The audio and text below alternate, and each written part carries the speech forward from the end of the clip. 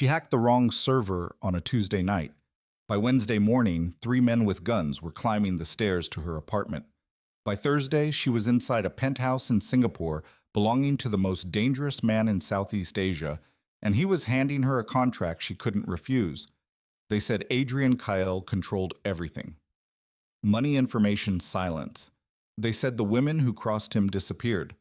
What they never told you is what happens when the woman he catches is smarter than everyone who came before her. This is Lin Tran's story. Stay until the end and drop your city in the comments so I can see how far this story travels. The job was supposed to be clean. Lin Tran had taken clean jobs before, or close enough to clean that she could sleep at night, which was the standard she'd settled on after the year everything went wrong. Penetration testing for a pharmaceutical firm in Jakarta. Audit trail reconstruction for a shipping conglomerate in Hong Kong. Once memorably locating a hedge fund manager's missing server backups before his divorce attorneys could a job she'd taken because the money was good and because she'd decided the wife deserved to know the truth. That one had paid for 3 months of rent in her apartment on the 14th floor of a narrow building in Tanjong Pagar, Singapore, where the air smelled of rain and frangipani and the lights of the financial district burned like a second skyline below her window. She was good at what she did. Better than good. At 28, Lin had a mind that worked like a scalpel, precise, surgical, unsentimental. She saw patterns in data the way other people saw patterns in faces, with an immediacy that felt less like thought and more like recognition. She had spent 4 years building that mind into a professional instrument at CipherAxis, one of the top cybersecurity firms in the Asia-Pacific region, before the firm had shown her exactly what her precision was worth to people who didn't share her ethics. What CipherAxis had done was simple, in the way that the worst betrayals are always simple. They had taken the zero-day exploit she'd developed, a vulnerability she'd discovered in the authentication framework used by 3 major Southeast Asian banking systems, and instead of disclosing it responsibly, they had packaged it and sold it to a defense contractor with ties to 2 governments she preferred not to think about. Her code, her work, her reputation quietly dismantled when she raised the alarm internally, then publicly, then legally.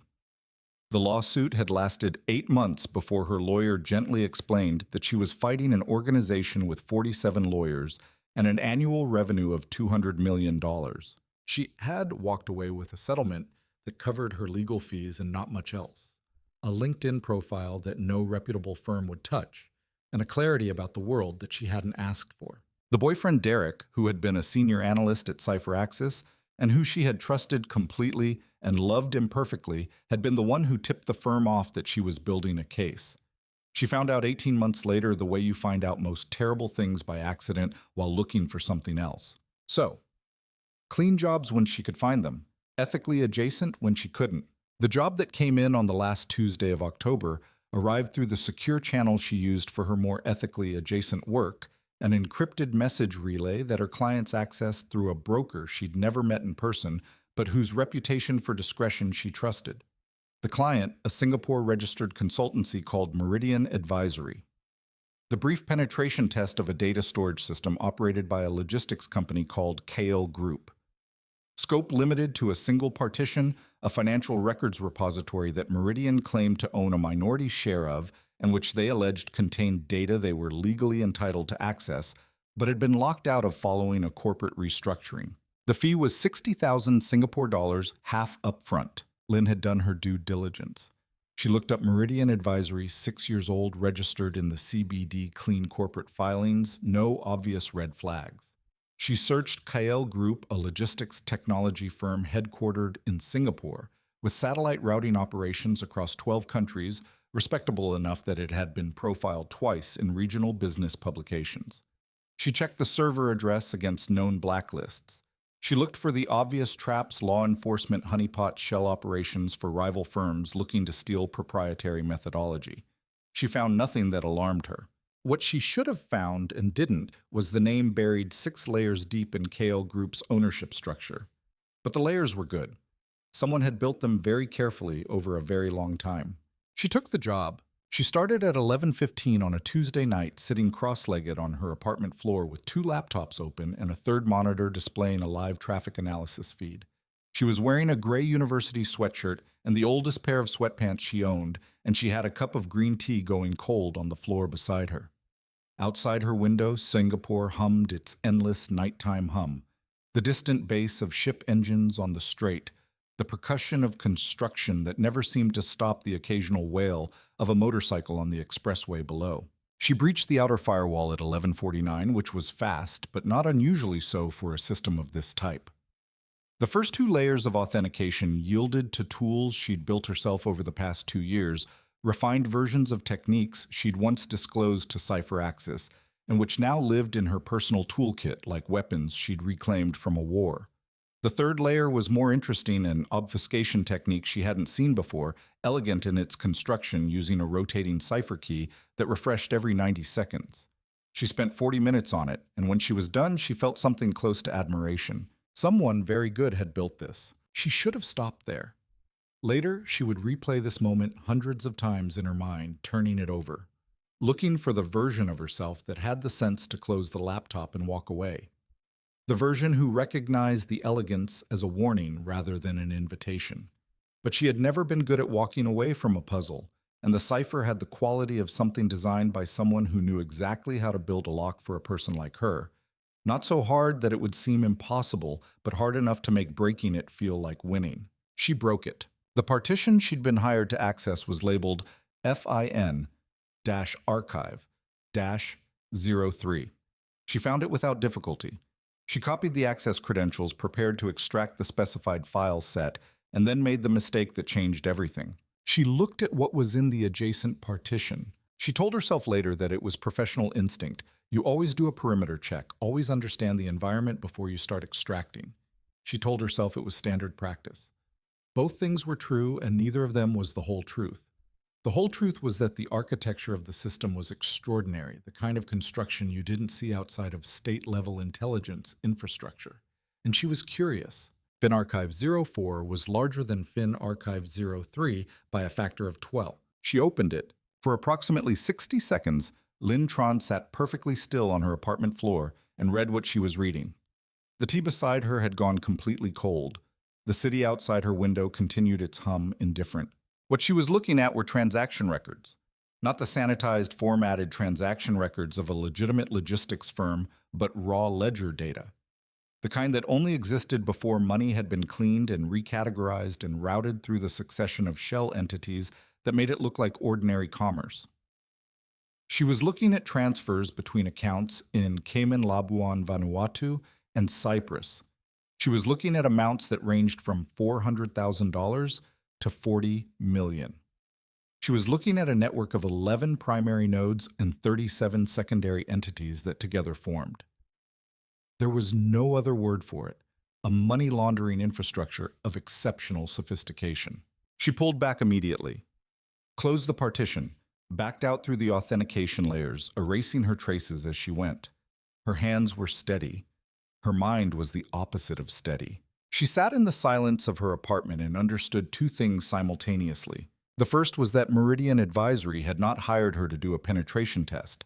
They had hired her to access this system with her name on the request to put a traceable intrusion on Kael Group's servers that originated from a known independent operative providing documentation that could be used for leverage blackmail or a regulatory complaint depending on who wanted it and why. The second was that she had just seen the financial backbone of an organization that routinely made people disappear. She was still sitting there working through her options with the cold, methodical clarity that was her greatest asset when the alert appeared on her traffic monitor. Someone had seen her in the system. Not during her break-in, she was confident her entry had been clean, but her exit.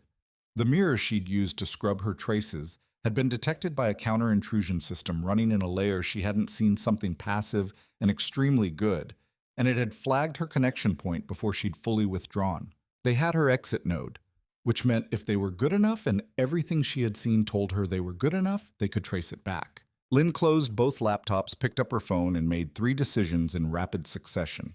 First, she would move tonight. She had a bag she kept partially packed for contingencies, which said something uncomfortable about the life she was living. Second, she would not contact Meridian Advisory.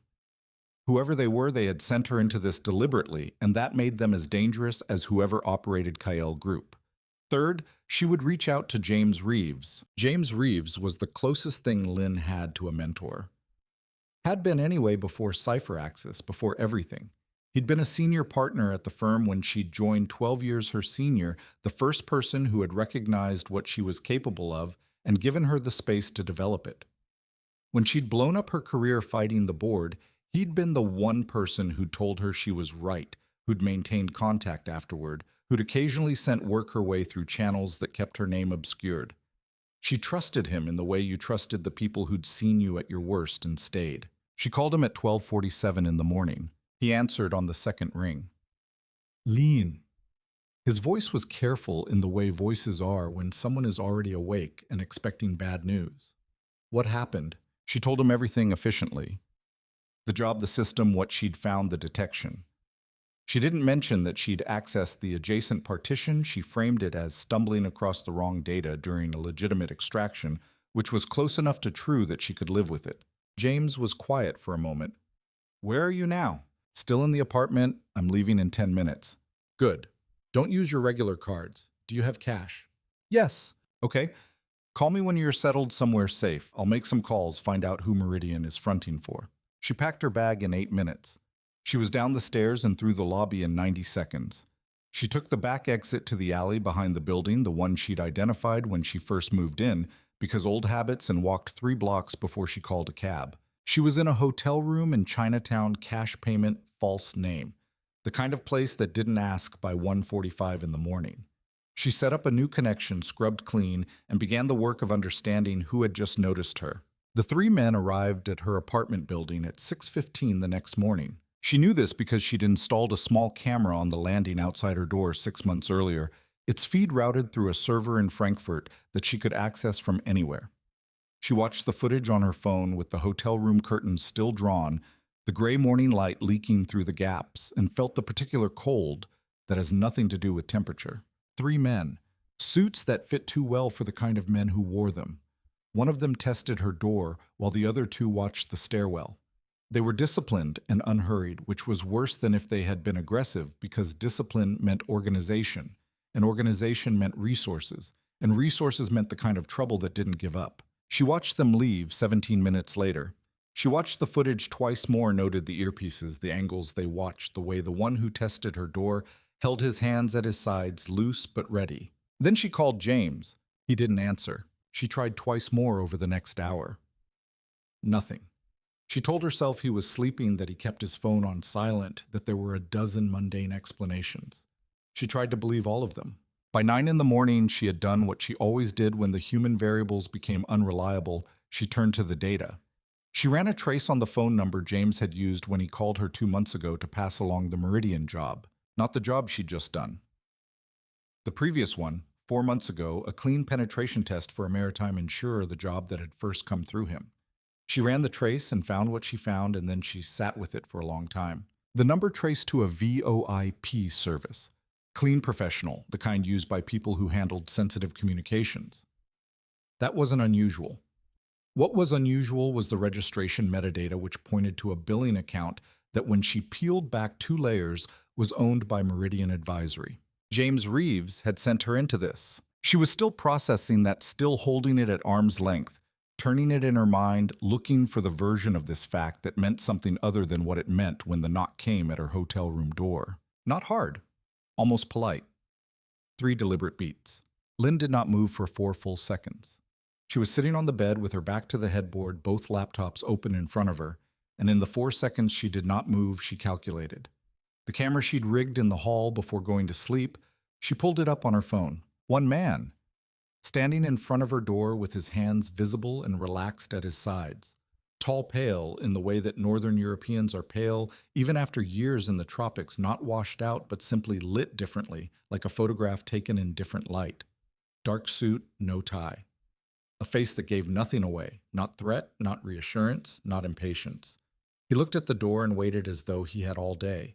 She had seen that face. 40 minutes ago, running a standard image search on Kael Group's public corporate filings, she had pulled a photograph from a 3-year-old business publication profile, a rare instance of the company's founder appearing in print.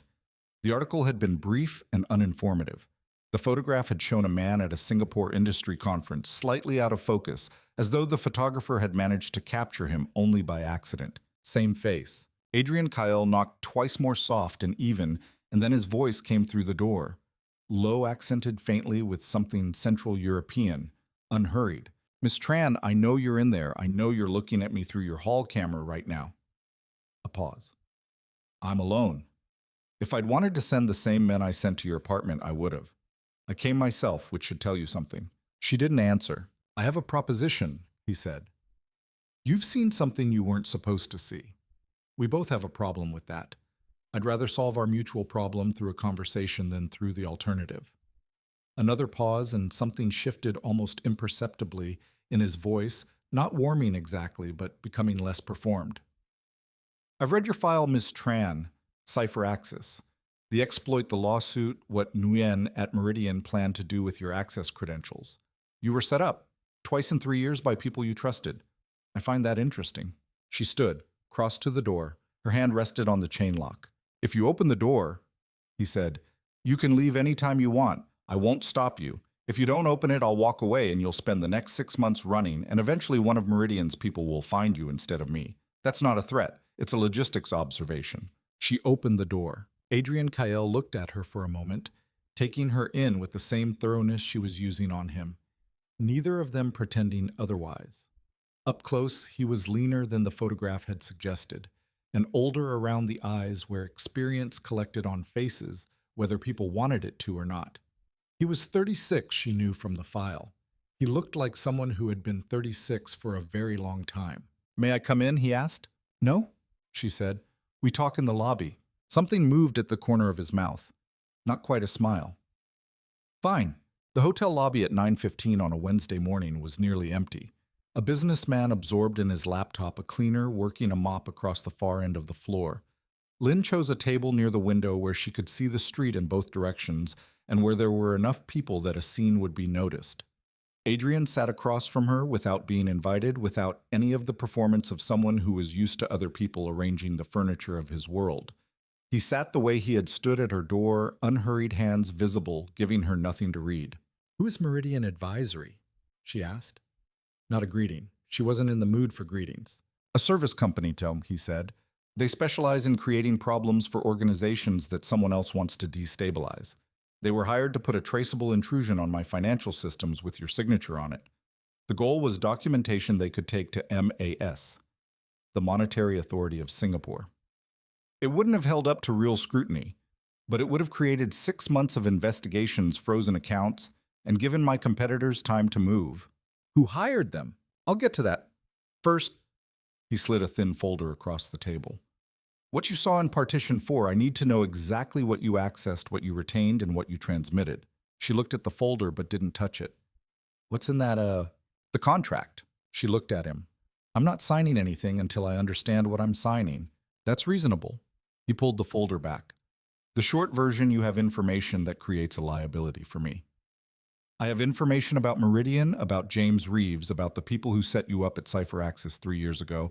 Yes, the same people. This isn't coincidence that you want. I'm proposing an exchange of services. He paused. 6 months. You work for me.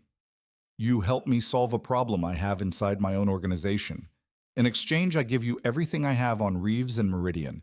I ensure your access credentials are scrubbed from their records before they can weaponize them, and I pay you. Work for you doing what? What you do. Finding things that are hidden. Following money through systems that were built to hide it. Someone inside my organization has been feeding information to Meridian for at least 8 months. I need to know who. She was quiet for a moment. Outside the window, Singapore moved past in its brisk, purposeful way. The city had no gear lower than fourth. If Mosul say no, she said. Then you walk out of here right now, he said. I don't stop you. But Meridian still has your file and Reeves still has your history, and they will find a use for you that you won't enjoy. And if I say yes, then you come with me. You're given a workspace resources access to systems you wouldn't be able to touch any other way. You're safe because hurting you becomes actively counterproductive to my interests. And you keep your autonomy. I'm not interested in a prisoner. I'm interested in a problem solver. He held her gaze and she noticed that his eyes were a particular shade of gray-green, the color of deep water. I've seen what you can do, Ms. Tran. The cipher on the third layer, you broke it in 40 minutes. My security chief said 40 minutes was impossible. He was wrong. She thought about the men in her doorway at 6 in the morning. She thought about James Reeves, who she had called in the middle of the night from a place of genuine fear, who had told her to run, who had sent her here in the first place.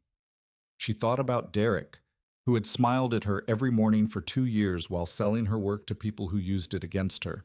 She thought about the way trust worked when it was real and the way it looked from the outside when it wasn't. I want to see the full contract, she said. I want 48 hours to review it. I want a clause that specifies exactly what access you get and don't get to my work product, and I want a termination provision that doesn't require your approval. He looked at her steadily. 24 hours. The rest is negotiable. 36. Done. She picked up her coffee cup, realized it was empty, set it down. One more question. Yes. The partition I looked at. The ledger data? 11 primary nodes, 37 secondary entities. She watched his face. You run a money laundering network. He didn't flinch. Yes. No trafficking, no drugs. You move money. Only money. Something in his voice when he said it was not quite pride and not quite regret, something older than either. That's been the rule since the beginning. Why should I believe that matters? It doesn't obligate you to believe anything, he said. But it's true, and you'll verify it once you have access to the systems, and then you can decide what it means to you. He stood straightening his jacket in a gesture that was completely unconscious. I'll have the contract sent to an address of your choosing. 36 hours. He looked at her one more time with that same unhurried assessment. You asked the right questions just now. I always ask the right questions, she said. That's why I'm in this situation. He left through the lobby doors without looking back, and the city swallowed him in 30 seconds. Lynn sat alone at the table and opened her laptop and began to work. She spent the first 6 hours on Kael Group, not the public face, but the infrastructure beneath it. She pulled satellite routing contracts, cross-referenced carrier filings, mapped the shell entity structure she'd glimpsed in the partition, and built a preliminary picture of how the network functioned. It was, she had to admit, very well constructed. The legitimate logistics operation wasn't a cover in the traditional sense. It was genuinely profitable, genuinely operational, processing real cargo across real routes. The laundering network ran alongside it like a second river in the same watershed, separated by carefully maintained channels. She spent the next 4 hours on James Reeves. What she found there did not surprise her exactly, but it had the weight of confirmation. The heaviest kind of knowledge, the kind you carry in your chest. James had joined Meridian Advisory's network of associates 2 years ago, almost exactly 1 year after her lawsuit against CipherAxis had failed. She found the connection through a series of consulting payments that traced to a Labuan entity with Meridian's fingerprints on it. She found 2 other operatives he'd sent into similar situations. Independent security researchers, their identities and capabilities used as instruments and then discarded. The third operative was in a hospital in Kuala Lumpur. Lynn sat with that for a long time. Then she called the number Adrian Kael had left her. He answered immediately. Ms. Tran, I want 24-hour termination rights, she said. No waiting period. And I retain ownership of all tools and methodologies I developed during the engagement. A silence that was not surprised. Agreed. Send the contract. She signed it 30 hours later in the back of a black car that took her north through the city to a compound on the edge of the Bukit Timah Nature Reserve where the city thinned into green and the air tasted different. She signed it with the clear-eyed, unsentimental pragmatism of someone who had run the numbers and found that this was of the available options the one most likely to lead somewhere she wanted to go. She did not sign it because she trusted Adrian Kael. She signed it because she understood him, which was different, and because understanding had always served her better than trust. The car passed through a gate, and the gate closed behind her, and the city disappeared. It was only later, much later, in the hollow 3 a.m. hours, when the compound was quiet, and she was deep in a thread that kept leading somewhere she hadn't expected, that she pulled up her call log and looked at the record of the call she'd made to James at 12:47 in the morning. 2 minutes, 11 seconds. She had told him everything in 2 minutes and 11 seconds. The server, the detection, her exit route. She had told him exactly where she was going. The men had arrived at her apartment at 6:15, 4 hours and 22 minutes. Not long enough to come from elsewhere. They had already been in Singapore. They had already been waiting. which meant James had not arranged her protection after they spoke. He had updated her location. Lynn closed the call log. She did not feel the kind of rage that comes fast and hot that had burned out of her long ago in the 8 months of a lawsuit she couldn't win. What she felt was something quieter and more structural, the kind of cold that rearranges itself into purpose. She turned back to the screen. There was a traitor in Adrian Kael's organization, and she had 36 hours to start finding them. She was already 3 hours into the work when the first name surfaced, a name that wasn't James Reeves. Wasn't anyone. She'd expected a name attached to a set of internal communications that had been routed through a channel that should have been blind. She pulled the thread. It led somewhere she wasn't ready for. The name was Petra Novak. She was Kael Group's chief financial officer, a position she had held for 6 years, which in the shadow economy of an organization like this made her something closer to an architect than an employee. She had built the secondary river, the one that ran alongside the legitimate logistics operation. She was the one who had designed the node structure, the shell cascades, the rotation cipher on the third authentication layer. Lynn had spent 4 hours admiring the elegance of that cipher without knowing whose hands had built it. Now she sat in the blue light of her new workspace, a room she'd been given at the far end of the compound's upper floor-to-ceiling windows, looking out at the darkness of the reserve, and she stared at what the data was telling her about the woman who had constructed the most sophisticated private financial architecture she had ever encountered. The internal communications had been routed through what Kael Group called a dead channel, a message relay that was supposed to be inert, a historical archive with no active endpoints. Petra had been using it for 8 months as a live conduit, which required either extraordinary carelessness or extraordinary confidence. The messages themselves were fragmentary. She'd only retrieved 3, and they were in a cipher she hadn't broken yet, but the metadata was enough. The timing, the routing, the fact that the messages went out within hours of 3 specific operational decisions that had subsequently been leaked to Meridian. She didn't have proof. Not yet. What she had was a thread, and threads, in her experience, led somewhere if you followed them long enough and quietly enough. She was still pulling it at 2 in the morning when she heard footsteps in the corridor outside her room. She closed the relevant windows before the knock came. Reflex. "Come in," she said. Adrian Kael opened the door and looked at her across the room with the same unreadable expression he'd worn in the hotel lobby, which she was beginning to understand was not a performance of control, but an actual condition, the face of someone who had trained themselves so thoroughly to give nothing away that the blankness had become genuine. He was carrying 2 cups of coffee. She looked at the cups. He looked at her, looking at them, and something in his expression shifted almost imperceptibly, a fractional softening that he probably didn't know was there. "You've been awake since yesterday morning," he said. "So have you. I sleep less than most people." He crossed the room and set one of the cups on the desk beside her laptop. He didn't look at her screen, which she noticed. "How is the setup? But the hardware is good," she said. "The network access is wider than I expected. I told Chen to give you whatever you needed. Chen argued with me about 3 of the access requests. He argues with everyone." A pause. "Did he give you the access?" "Eventually." She picked up the coffee. It was black, no sugar, which was not a guess she'd expected him to get right. "How did you know how I take this? Your hotel room had a coffee station. You use the pods without adjusting the settings, which defaults to black." "Small thing." She looked at him. He was standing with his shoulder against the wall, his own cup in his hand, looking out the window at the dark reserve. In this light, he looked less constructed than he had in the lobby. The suit jacket was gone, the sleeves of his white shirt rolled to the elbows. He looked like someone who was tired in the way that people get tired, not from lack of sleep, but from the sustained weight of maintenance, keeping everything in its correct position all the time without rest. "Why did you leave Interpol?" she asked. He didn't answer immediately. Outside, something moved in the trees, a nightbird probably, though the sound it made was strange. "That's not in any public file," he said. "No," she agreed. "I inferred it from the structure of your organization, the discipline, the hierarchy, the code of conduct. Those don't come from criminal networks. They come from institutional training. And the way you built the separation between the legitimate operation and the other one, it's not how criminals think. It's how intelligence analysts think. You built it to have plausible deniability from the inside, not just from the outside." He looked at her.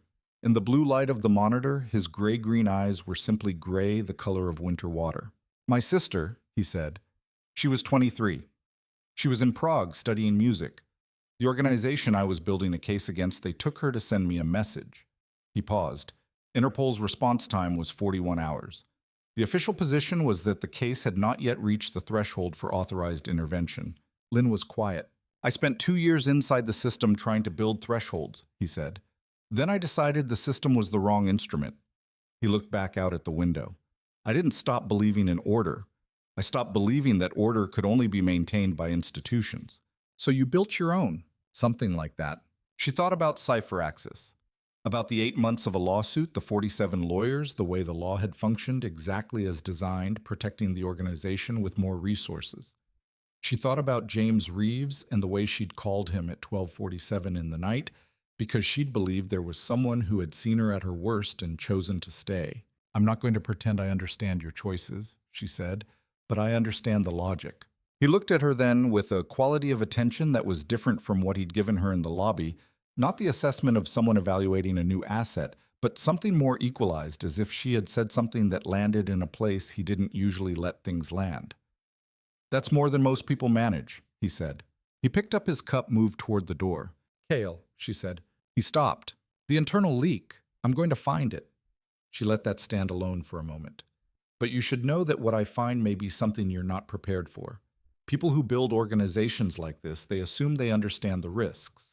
They usually don't account for the ones closest to them. He was quiet for a long moment. I know, he said.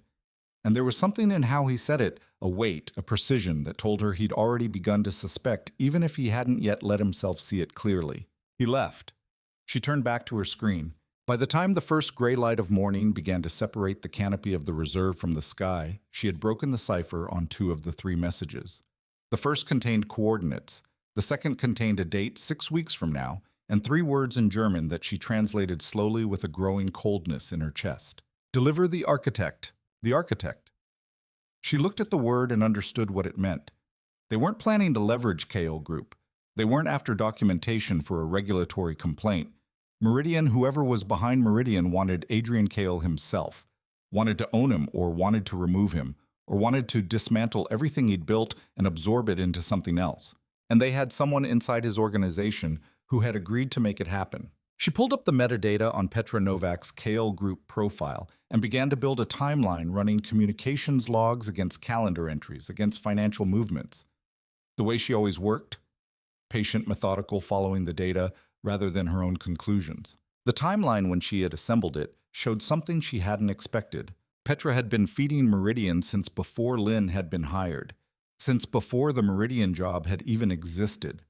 The relationship predated the penetration test by 14 months, which meant Lynn's job hadn't been the beginning of the operation, it had been the accelerant, the piece designed to move the timetable forward.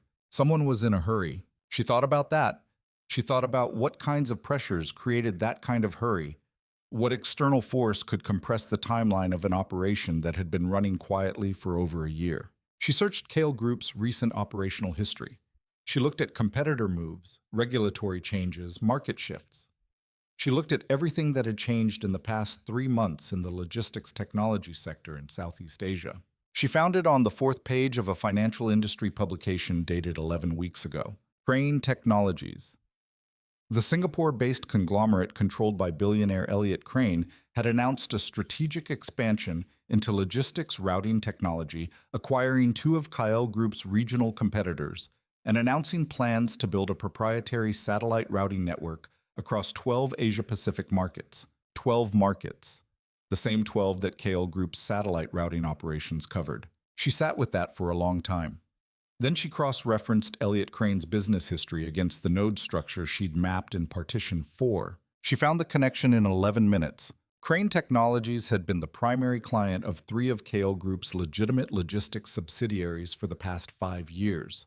The revenue from those contracts was woven through the legitimate operation so thoroughly that unwinding it would require restructuring the entire business. Elliott Crane hadn't been a client. He'd been an anchor. And he had spent 5 years making himself load-bearing. Now he wanted to own what he'd made himself essential to. Lynn sat back and looked at the picture she had assembled on her screen. The network diagram. The communications metadata. The Crane Technologies announcement. Petra Novak's 14-month relationship with Meridian and understood that what she had walked into was not a simple internal leak investigation. She had walked into the early stages of a hostile takeover of one of the most sophisticated shadow financial operations in Southeast Asia. And the person running it was a billionaire who had spent 5 years making himself indispensable before anyone realized he was a threat. She saved everything to an encrypted partition she'd created on hardware Adrian didn't have access to. Then she made a list. At the top of it, she wrote, "Find out what Crane knows about me." Below that, find the third message. Below that, in smaller letters, almost to herself, "Don't trust anyone yet, not even him." She looked at that last line for a long time. Then she left it there because it was true, and because she had learned at considerable cost that the truest things were the ones most worth preserving. Outside her window, Singapore was waking up the first birds. The distant percussion of early construction, the city pulling itself back into motion with the reliable momentum of a place that had decided long ago that stopping was not an option. She turned back to her screen and kept working. She found the third message on her fourth day in the compound. It had been layered beneath the second one, a technique she recognized as a kind of structural nesting, one cipher concealed within the padding data of another, the way a secret can be hidden inside the thing you're already working to hide. She'd have missed it if she hadn't been running a secondary checksum on all the metadata, rather than just the content, a habit she'd developed during her cipher access years, when she'd learned that the most important information in a dataset was often the information that the dataset's designers hadn't intended to include. The third message was 2 sentences in German. She translated them slowly, sitting at her desk in the early morning, while the reserve outside her window was still gray and undecided between night and day. "The access codes will be ready by the 15th. He will not know until it is already over." She read it twice. She thought about what it meant for the timetable 6 weeks from the date on the second message, which put the operation at approximately 5 weeks from now. She thought about what it meant for Adrian, who moved through his organization every day with the particular kind of trust that was the structural foundation of everything he'd built, a trust that was currently being used as a weapon against him by someone who had sat across boardroom tables from him for 6 years. She thought about what she was going to do with what she knew. This was the part where it got complicated. She had signed a contract that obligated her to share the findings of her investigation. But she had also written into that contract in language Adrian's legal team had accepted without flagging a clause that gave her discretion over the timing of disclosure when she had reasonable grounds to believe that premature disclosure would compromise the integrity of the investigation. She'd put it in there because she was careful, because she always built herself an exit. She hadn't expected to need it quite this soon. The problem was Elliot Crane. If she told Adrian about Petra now, Petra would be contained, the internal leak would stop, and the existing evidence of Crane's operation would disappear into lawyers and countermaneuvering. Crane would know he'd been exposed at the midpoint of his operation and would simply rebuild more carefully from a different direction. He was the kind of man who could afford to rebuild. He was the kind of man who had been rebuilding things quietly for a very long time. But if she held the Petra information, used it as bait rather than a conclusion, let Petra keep running the channel while Lynn read every message and mapped every connection back to Crane, she had the possibility of something larger. Documentation that would reach all the way to the top that couldn't be lawyered away. The risk was that Petra was also running toward the 15th, and 5 weeks was not much time. She made coffee.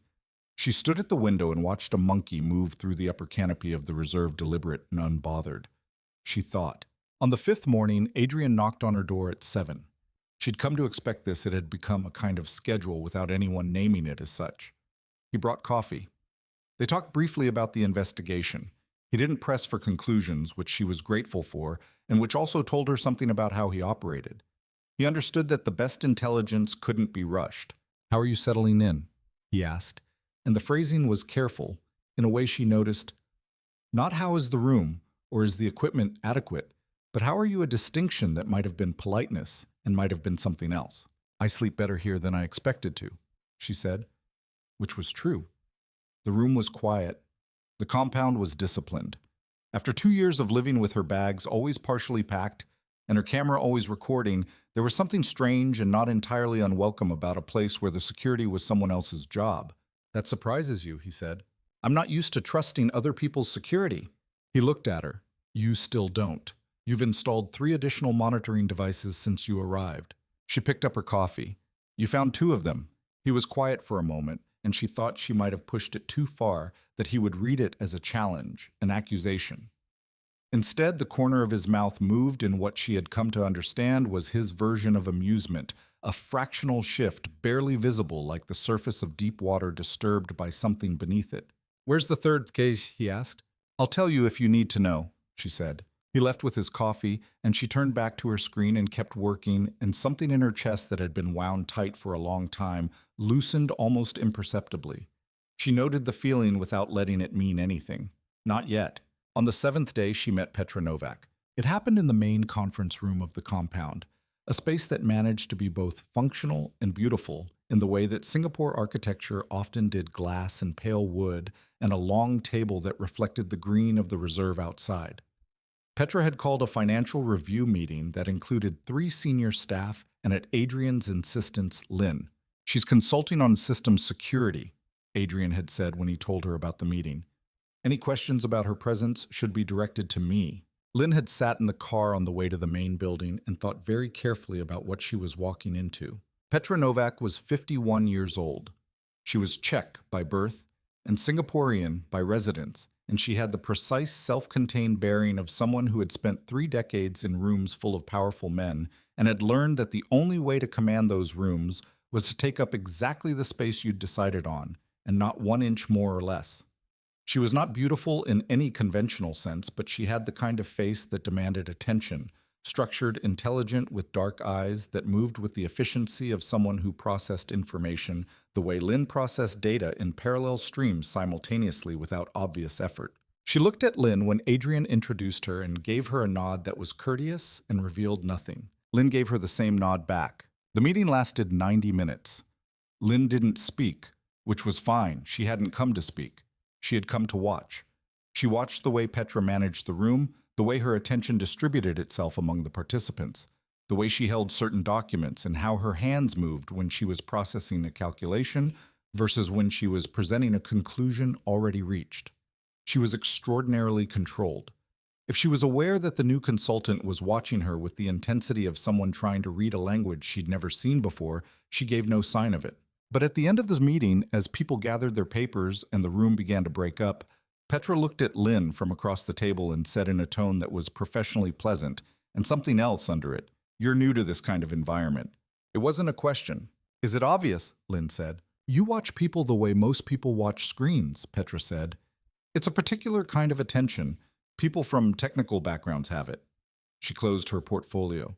"What system did you work in before?" "Private sector," Lynn said. "Cybersecurity, corporate or independent, both at different times." Petra looked at her for a moment, one of those moments that lasted just a fraction longer than courtesy required, which could mean many things.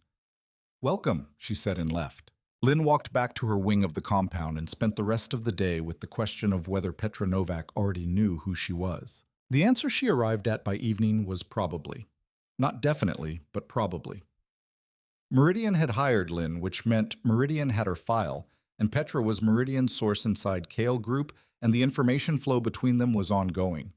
It was not unreasonable to assume that Petra had been briefed on the operative that had been sent in and had subsequently been recruited, which meant Petra was watching her too, which meant the next 5 weeks were going to be the most technically demanding thing Lynn had ever attempted, running a covert investigation inside an organization while being surveilled by the subject of that investigation, who was herself conducting a covert operation, and neither of them could afford to let the other know what they knew. Lynn had in the past 2 years navigated some genuinely difficult situations.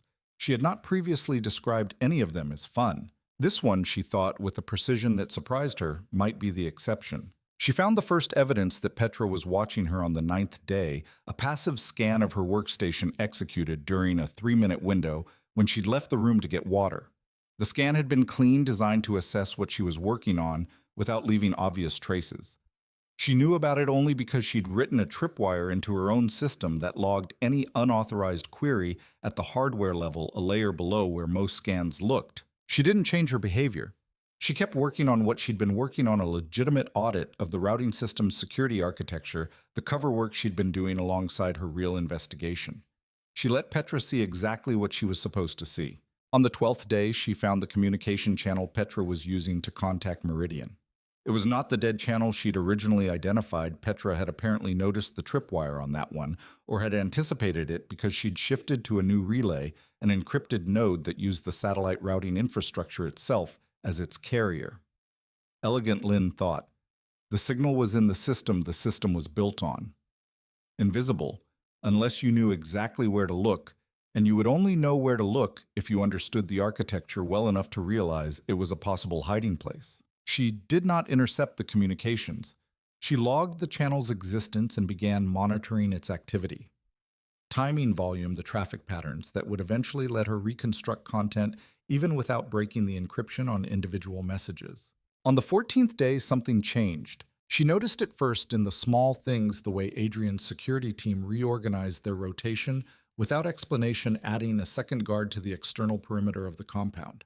The way Chen, who ran systems operations, canceled a meeting she'd been included in and offered no reason.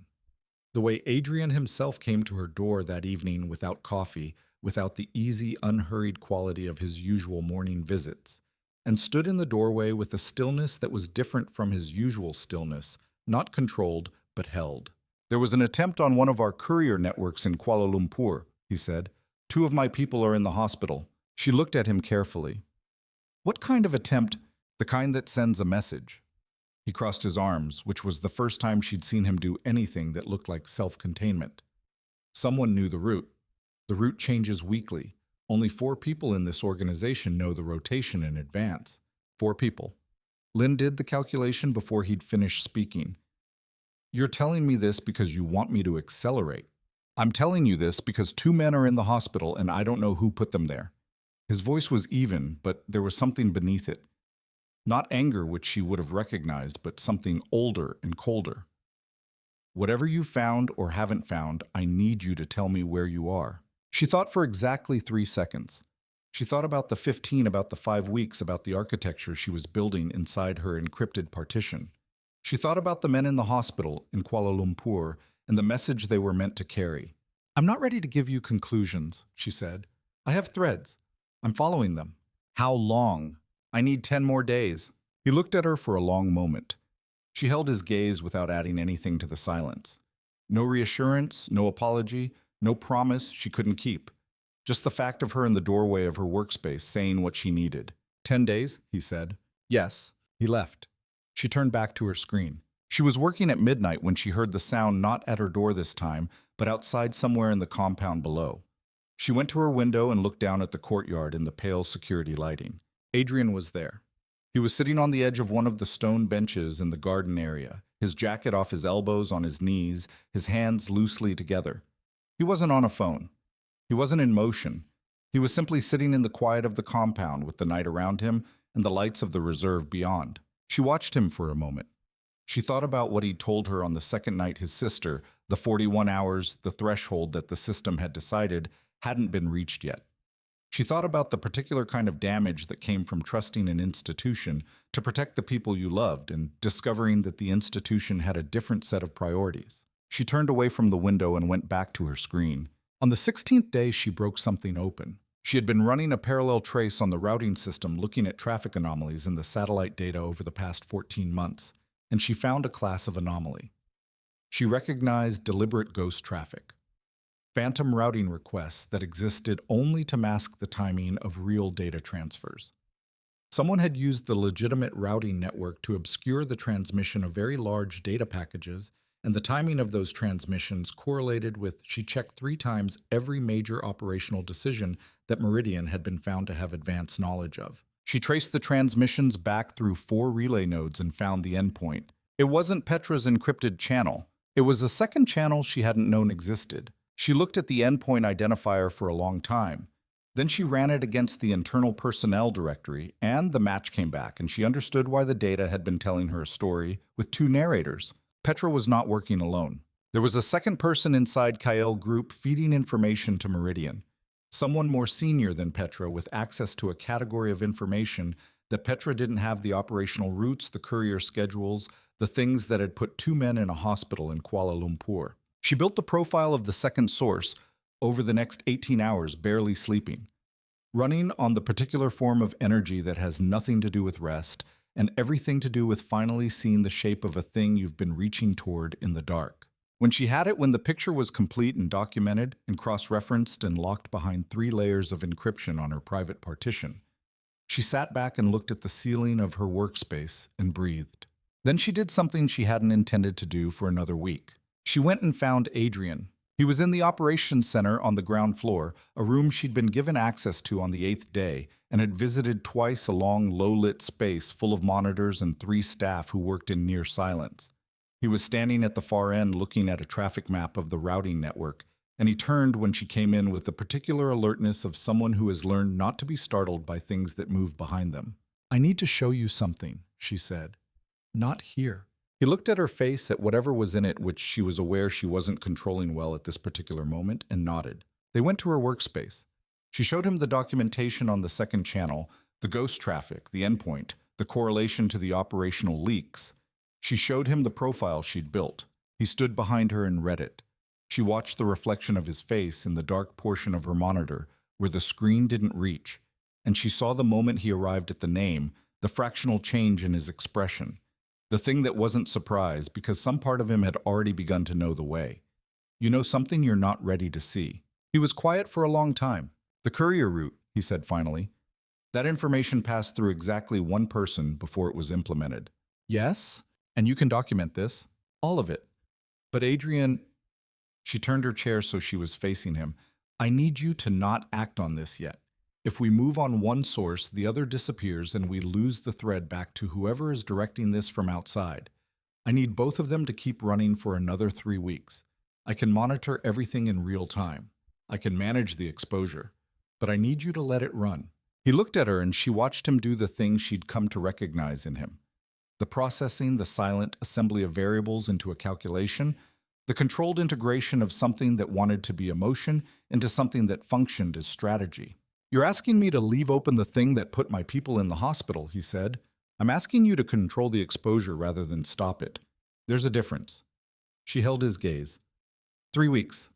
I can close this completely in 3 weeks if you let me run it my way." The silence stretched. Outside the window, the reserve was dark and full of sound insects, birds, the secret life of trees. 3 weeks, he said. She turned back to her screen. He didn't leave immediately. She could feel him behind her. Not a threat, not a pressure. Something less definable than either. She kept her eyes on the monitor. "You're very good at this," he said. She didn't turn around.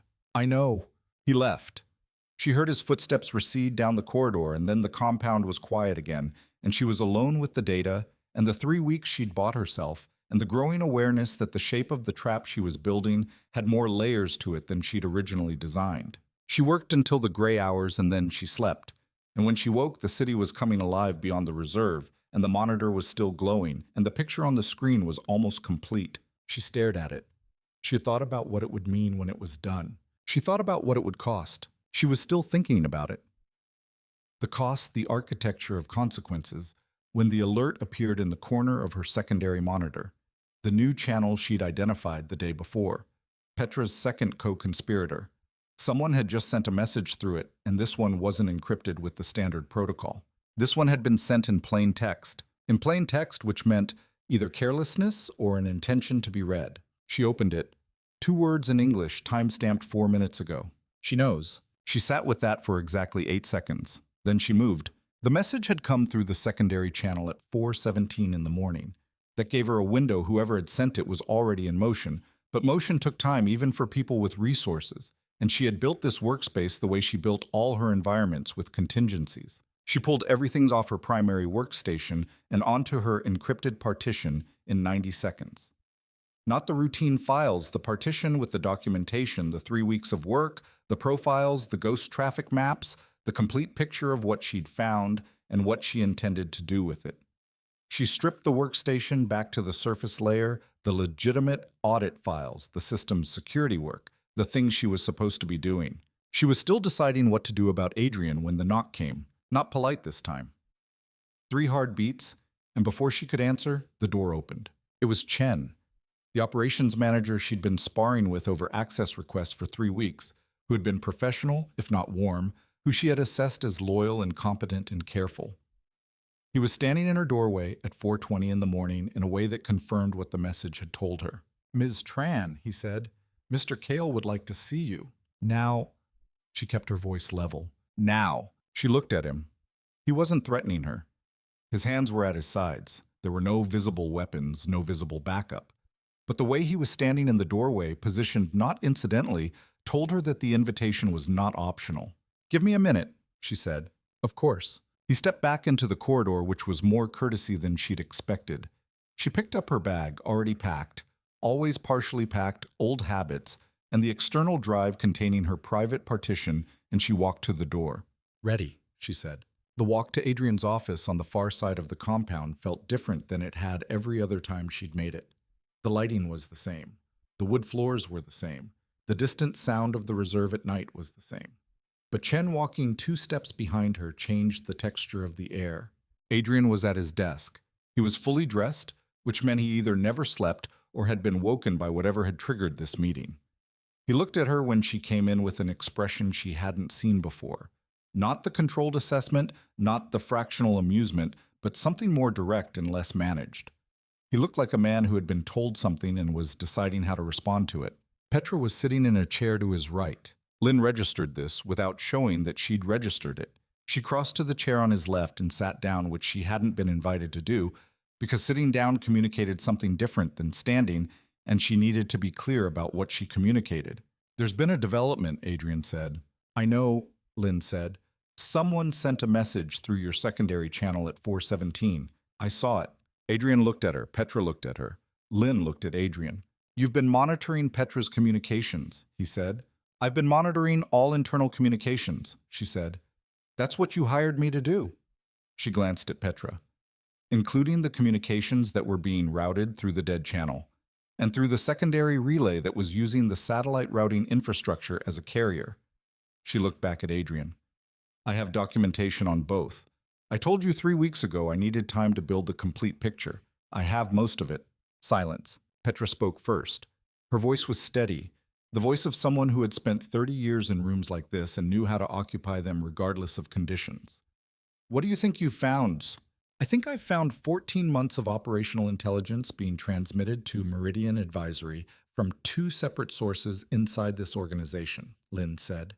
"I think I've found that the operation being run against this organization is not about regulatory exposure, it's about acquisition. And I think I've found who is directing it from the outside." Petra looked at her for a long moment. "Elliot Crane," she said. Lynn was very still. "Yes? And you haven't told Adrian yet." "I'm telling him now." Another silence, and in it something shifted the configuration of the room, rearranged itself along an axis Lynn hadn't expected. Petra turned in her chair toward Adrian with an expression that was still controlled but no longer neutral. "I was going to tell you this week," Petra said to him. Not to Lynn. To him. "The message this morning that was me sending a signal, testing whether the new consultant had found the channel. She has, which means she's better than the last 3 people you brought in." She looked at Lynn with something that might have been respect in a different context. "How long have you known about the secondary channel?" Lynn looked at Petra. She looked at Adrian. She thought about the 3rd message she'd translated in the early morning light 2 weeks ago. "He will not know until it is already over." "Who is the second source?" she asked. "There isn't one," Petra said. "I built a phantom second channel to create the appearance of a secondary source. If anyone investigated and found only my channel, they'd stop there. If they found both channels, they'd think there were 2 sources and waste time looking for the second person." She looked at Lynn. "Which you didn't." Lynn processed this. The ghost traffic, the phantom routing, the correlation to operational leaks, she'd traced it all to a second endpoint and assumed a second source. The endpoint was real. The source was a construction. "The courier route," she said. 2 men in the hospital in Kuala Lumpur." Petra's expression changed. Something came into it that was not pleasant and not performed. "That was not my operation. That was Crane moving without my knowledge." She looked at Adrian. "He's accelerating. He's not waiting for the 15th. Adrian had been quiet through all of this, and Lynn had been watching him the way she watched everything, continuously taking in the data, integrating it without conclusions. Now she watched him decide. "Tell her," he said to Petra. Petra looked at Lynn. "I've been feeding Crane information for 14 months. Information I controlled. Accurate enough to maintain his confidence.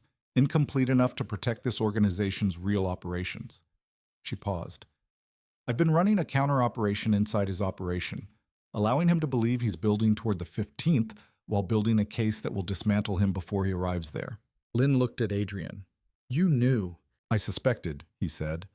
3 weeks ago when you told me you needed time, I suspected. Petra had told me 6 months ago that she'd made contact with a Crane representative.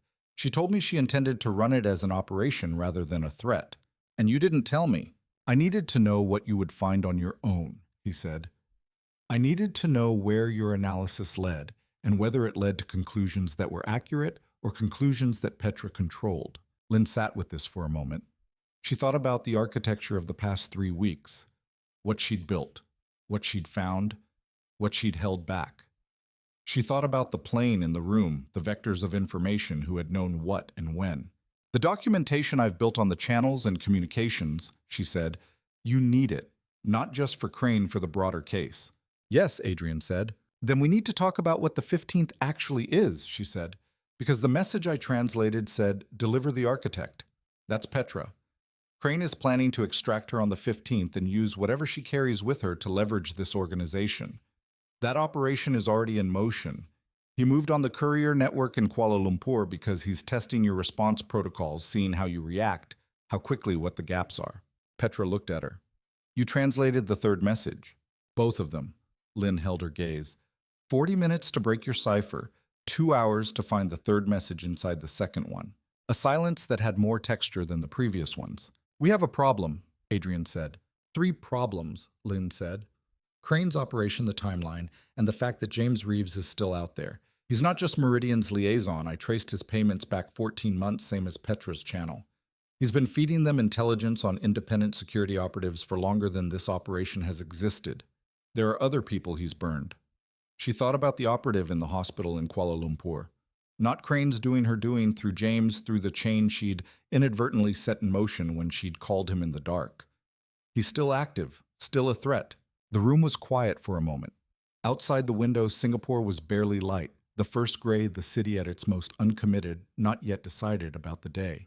I need access to everything you've documented, Petra said to Lynn, and I need to show you everything I have on Crane. Together, we have a complete picture. Separately, we each have gaps. Lynn looked at her. She thought about what it meant to give access to open the encrypted partition to show someone else the full architecture of what she'd built. She thought about every time she'd done something like this before, and what it had cost her. She looked at Adrian. He was looking back at her with the gray-green patience of someone who understood exactly what she was weighing. Full transparency goes both ways, she said. Everything you have on Crane, everything Petra has on the channel communications, every operational detail. She met his eyes. And I want to know about the sister. He was very still. That's not relevant to the operation. It's relevant to why you built this the way you built it, she said. And I need to understand the architecture if I'm going to help you protect it. Another silence. Longer this time. In the gray light of the early morning, in the quiet compound with the reserved breathing beyond its walls, the 3 of them sat in the geometry of what they were deciding. Her name was Annetta, he said. She would have been 44 this year. Lynn nodded. She didn't say she was sorry people who had been carrying grief for 18 years didn't need another person's sorrow. They needed acknowledgement without performance. She simply nodded, and he saw it, and the thing that had been held closed in the room opened slightly. Okay, she said. Then let's talk about the 15th. They worked through until 9 in the morning. The 3 of them in Adrian's office with 3 laptops open and the documentation spread across the desk in an overlapping constellation of threads and evidence and counter-evidence. Lynn ran the analysis, Petra provided the operational context, Adrian asked the questions that nobody else had asked, because nobody else had the full picture of what they were dealing with. By the time the morning was properly established outside the windows, they had the shape of a plan. It was elegant in the way that the best plans were elegant, not because it had no moving parts, but because each moving part served more than one purpose, and the whole structure would hold even if one element failed. Lynn had designed it the way she designed systems, not assuming cooperation, not assuming good faith, building the redundancy in. The 15th was 4 weeks away. She thought about everything that could happen in 4 weeks. She thought about Crane's people already mobile after the Kuala Lumpur test. She thought about James Reeves still out there, still dangerous, his motives still not fully clear to her. She thought about the moment she'd opened the hotel room door and found Adrian Kael standing in the corridor with his hands visible at his sides, offering her a choice that was not entirely a choice. She was grateful she realized that she'd opened the door. She didn't examine that feeling too closely. She had 4 weeks and a lot of work, and gratitude was a variable she would calculate later when there was time for it. She turned back to the screen and kept building. What she discovered at 11 that morning, a detail she almost missed because she was looking at the larger architecture, was a discrepancy in the timeline Petra had given her. Petra had said she'd been approached by a Crane representative 14 months ago and had immediately notified Adrian, who had authorized her to run it as a counter-operation. The documentation she'd provided was clean, internally consistent, the kind of record a professional kept when they intended to be able to show their work. But Lynn was a person who always ran checksums. And the metadata on one of Petra's earliest internal memos, the one that established the authorization for the counter-operation, was off by 11 days. The document was dated 11 days before the approach she claimed to have received from Crane's representative. 11 days. She sat with that discrepancy. She did not immediately tell Adrian. She ran 3 alternative explanations for the metadata anomaly document: conversion error system, clock, corruption, deliberate manipulation. She tested each one methodically. She ruled out the first 2. She didn't rule out the third. It didn't change the shape of the plan they'd built this morning. The plan was sound regardless. But it told her something about the room she'd been in all morning, about the 3 laptops and the overlapping documentation and the elegant architecture they'd designed together. It told her that even in a room full of people who claimed to be on her side, the data could still be lying. She saved the anomaly to her private partition. She didn't mention it. She thought, don't trust anyone yet, not even him. She had written that in a list on her first night in this compound. She had looked at it for a long time before deciding to leave it there. She looked at the anomaly on her screen for a long time. Then she left it there too and went back to work. And the compound was quiet around her, and Singapore burned its bright afternoon burn outside the windows. And Lynn Tran kept her own counsel and kept her own records and worked toward the 15th with the steady, unsentimental patience of someone who had learned at considerable cost that the most dangerous thing you could do in a complicated situation was stop paying attention. The 11th day anomaly stayed in Lynn's private partition for 3 weeks. She worked around it the way you work around something you haven't decided about yet, keeping it at the edge of her field of attention, not suppressing it, not acting on it, letting the question it implied run as a background process while the foreground handled the architecture of what they were building toward the 15th. She had always worked this way in parallel streams, and it had served her. The danger was when the background process surfaced at the wrong moment, which it was doing now on a Tuesday evening, 3 weeks into what she had started thinking of as the joint operation, when she was sitting with Adrian in the smaller of the compound's common rooms, and he was talking about Annetta.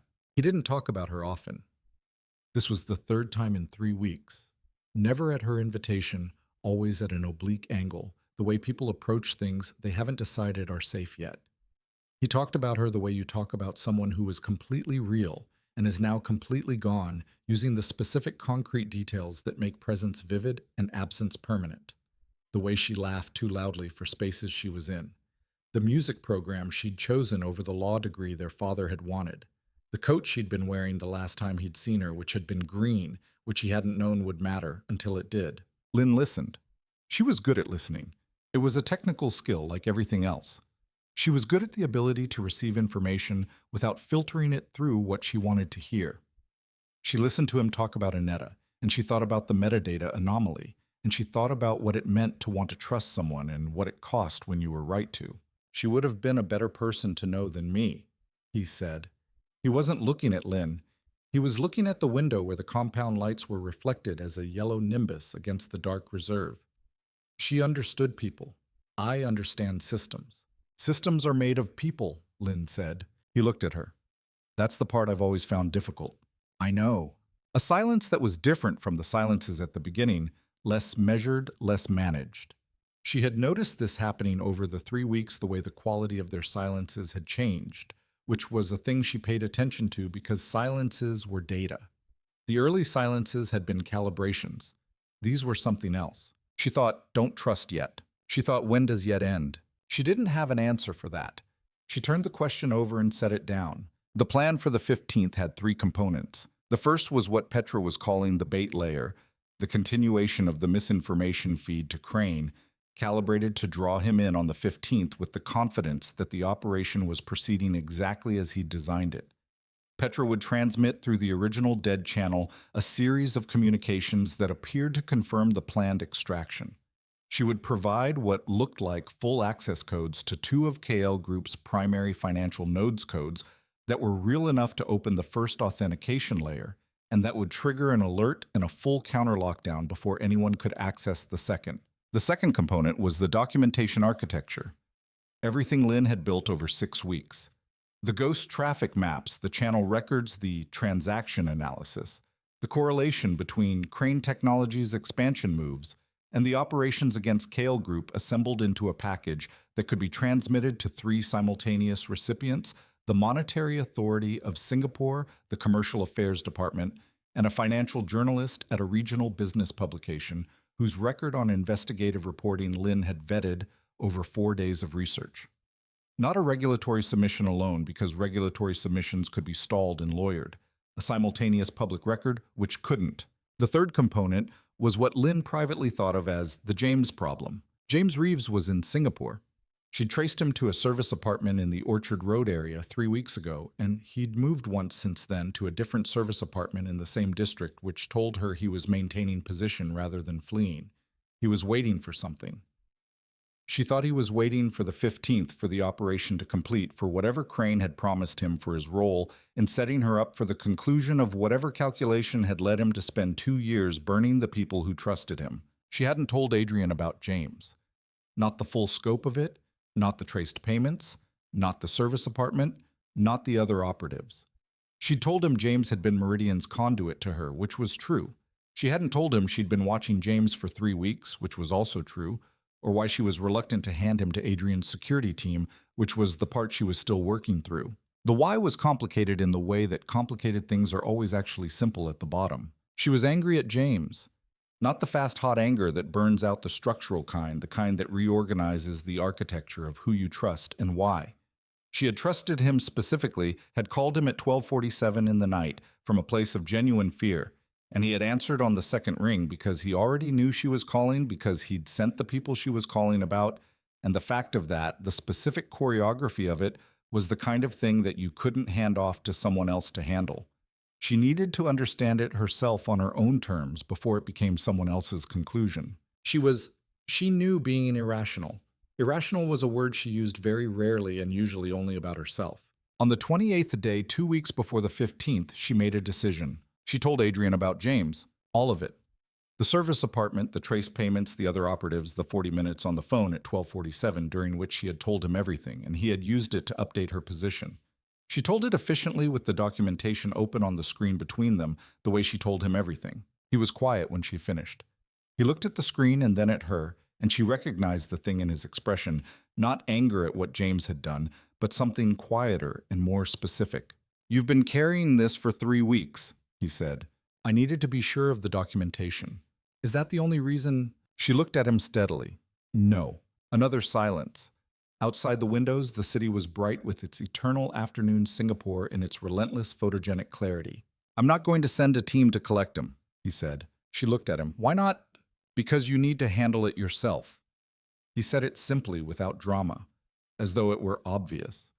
"Tell me when you're ready, and I'll make sure you have whatever you need." She thought, "Don't trust yet." She thought, "He keeps doing this." She turned it over very carefully and set it down next to everything else she'd been setting down, and she went back to work. She met James Reeves in a coffeehouse in the Chinatown district on a Thursday morning, 9 days before the 15th.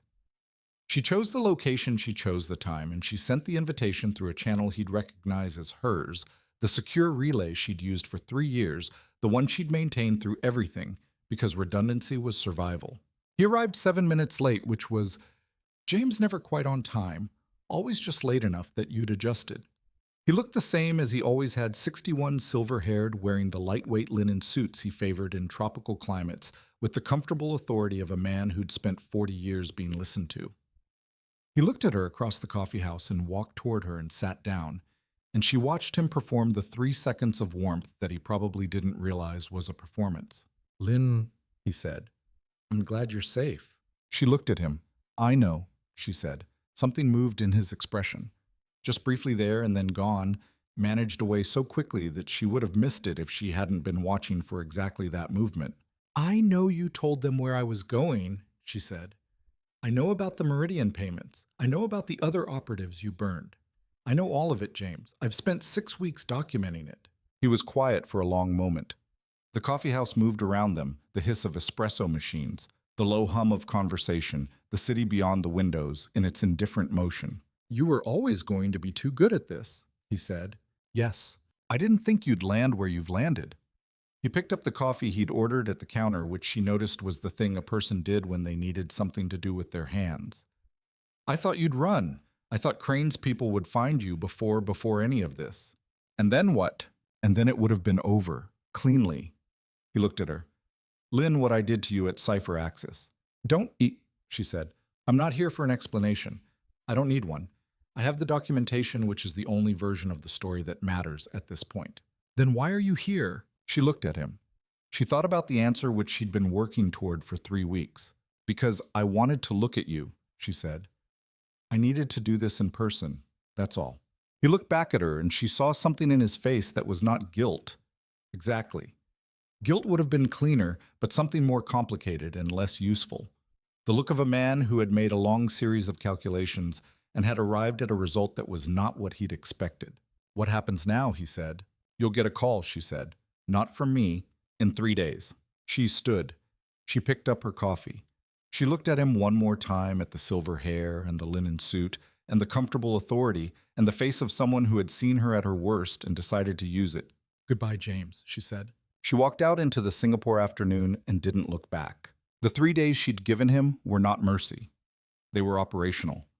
She needed him in position, still believing the game was running, still connected to Crane's network until the 15th, when all of it could be addressed simultaneously. Giving him a warning he thought was a goodbye was a kind of management. She had learned at considerable cost that managed exits were cleaner than chases. She was walking back through Chinatown thinking about the 15th when the car pulled up beside her. She recognized it. Compound car non-standard plates. The window came down. It was Chen. He was looking at her with an expression that was not his usual competent neutrality. Get in, he said. Now. She got in. What happened? Crane moved early. He was already pulling into traffic. James Reeves made a call 11 minutes ago. He called a number registered to one of Crane's Singapore representatives. The call lasted 40 seconds. She closed her eyes for 1 second. 1 second, no more. He warned them. He told them you have documentation. He doesn't know what's in it, but Crane knows you've been building a case. Chen glanced at her in the rear view. Adrian's running the contingencies. All 3. The bait layer is live as of 20 minutes ago. Petra triggered it. He took a corner too fast and steadied. The documentation architecture is your piece. How long do you need? She was already opening her laptop. It's built. I need 40 minutes to finalize the transmission sequence. You have 30. Then I have 30. She was already in the system. What's Crane doing? We don't know yet. That's the problem. She worked in the back of the car while Chen drove them back toward the compound, and she was 20 minutes into the transmission sequence when her phone rang. Unknown number, Singapore prefix. She answered, Ms. Tran. The voice was calm, precise, the voice of a man who was accustomed to conversations on his terms. My name is Elliot Crane. I think it's time we spoke directly. She kept her hands moving on the keyboard. Transmission at 62%. She needed 12 more minutes. Mr. Crane, she said, I was wondering when you'd call. You're very good, he said with the tone of someone making an objective assessment. Better than anyone Reeves has sent us before. Better, frankly, than Petra Novak, who has been building her counter-operation under the assumption that I didn't know about it. She said nothing. 71%. Here's what I want you to understand, Crane said. What you've built, the documentation, the case, it doesn't matter. I have lawyers in 4 jurisdictions, and I have 11 years of very careful construction, and I have the patience of someone who builds things for generations. Whatever you transmit today will create a distraction. That's all. Is that what you wanted to tell me? She said. No. What I wanted to tell you is that your parents are in Kuala Lumpur. She stopped typing. Your father's cardiac appointment at the National Heart Institute tomorrow morning, Crane said. Your mother's habit of walking in the botanical gardens every afternoon at 3. I have people in both places. This is not a threat. It's a data point. I want you to understand the variables you're operating with before you make a decision you can't reverse. 83%. Call off the transmission, Crane said. Stand down. Walk away from Kael's organization. In exchange, I will ensure your parents are left completely alone, and I will ensure that Reeves's documentation on you, the cipher access material, the other jobs, disappears permanently. She breathed. She thought about her father's heart, which had been unreliable for 4 years, and her mother's walk in the botanical gardens, and the 3-hour flight between Singapore and Kuala Lumpur. 91%. I'm going to need a few minutes to consider, she said. Of course. Crane's voice was the voice of someone who was accustomed to people needing a few minutes, and who had learned that the few minutes always resolved in his favor. I'll hold. She put the phone against her leg and turned to Chen. My parents, Kuala Lumpur, National Heart Institute and the Botanical Gardens. I need... Already running, Chen said quietly. He had his own phone at his ear. Adrian's been listening. She picked up the phone again. 97%. Mr. Crane, she said. Yes. The answer is no. She hit transmit. The documentation package went to 3 simultaneous recipients at 11:44 on a Thursday morning while the car was on the Ayer Rajah Expressway, and the Singapore sun was burning overhead, and her parents were in Kuala Lumpur, and she was waiting for the consequences of a decision she'd just made in 30 seconds. That was a mistake, Crane said. His voice had changed, the calm precision acquiring an edge. You've just made a decision for people who didn't get to make it themselves. I've made a decision based on the understanding that you need leverage, she said, and that people who need leverage don't use it when they're being observed, which you currently are. She paused. The third recipient of the documentation package is a journalist, Mr. Crane. Whatever you do in the next 24 hours will be documented. You know that now. That's not nothing. Silence on the line. You're very good, he said again, and the assessment this time had a different quality to it. Not admiration, not threat, something colder and more final. This isn't over. He ended the call. She put down the phone and sat in the back of the car in the Singapore afternoon and let herself feel for exactly 30 seconds the specific fear of someone who has just acted decisively and doesn't yet know if it was right. Then she called her mother. Her mother answered on the third ring, her voice warm and slightly alarmed the way it was when Lynn called in the middle of the day, which was not her habit. Conchi, child. Are you all right? I'm fine, Lynn said. I'm fine. Are you at home right now? Yes, I was just going to go for my walk. Stay home today, Lynn said. Please? Just today. I'll explain later. A pause. Lynn. What's happening? I'll explain everything later, I promise. Stay home. Lock the doors. Don't open them for anyone you don't know. Are Bo and you both there? Yes, we're both here. Good. I'll call you tonight. She steadied her voice. I love you. Lynn Ma. Tonight, I promise. She ended the call. She put the phone in her lap. She looked out the car window at the expressway, at the trees that lined it. At the sky that was exactly the same sky it had always been. Chen said nothing. He was driving with focused precision, and she understood from the way he was doing it that he had his own phone in his other hand, and that somewhere in Kuala Lumpur things were already in motion that she didn't need to manage. She turned back to her laptop. The transmission was complete. She pulled up the confirmation receipts from all 3 recipients. The MAS, Acknowledger, the CAD automated intake system, the journalist's encrypted mailbox confirmation.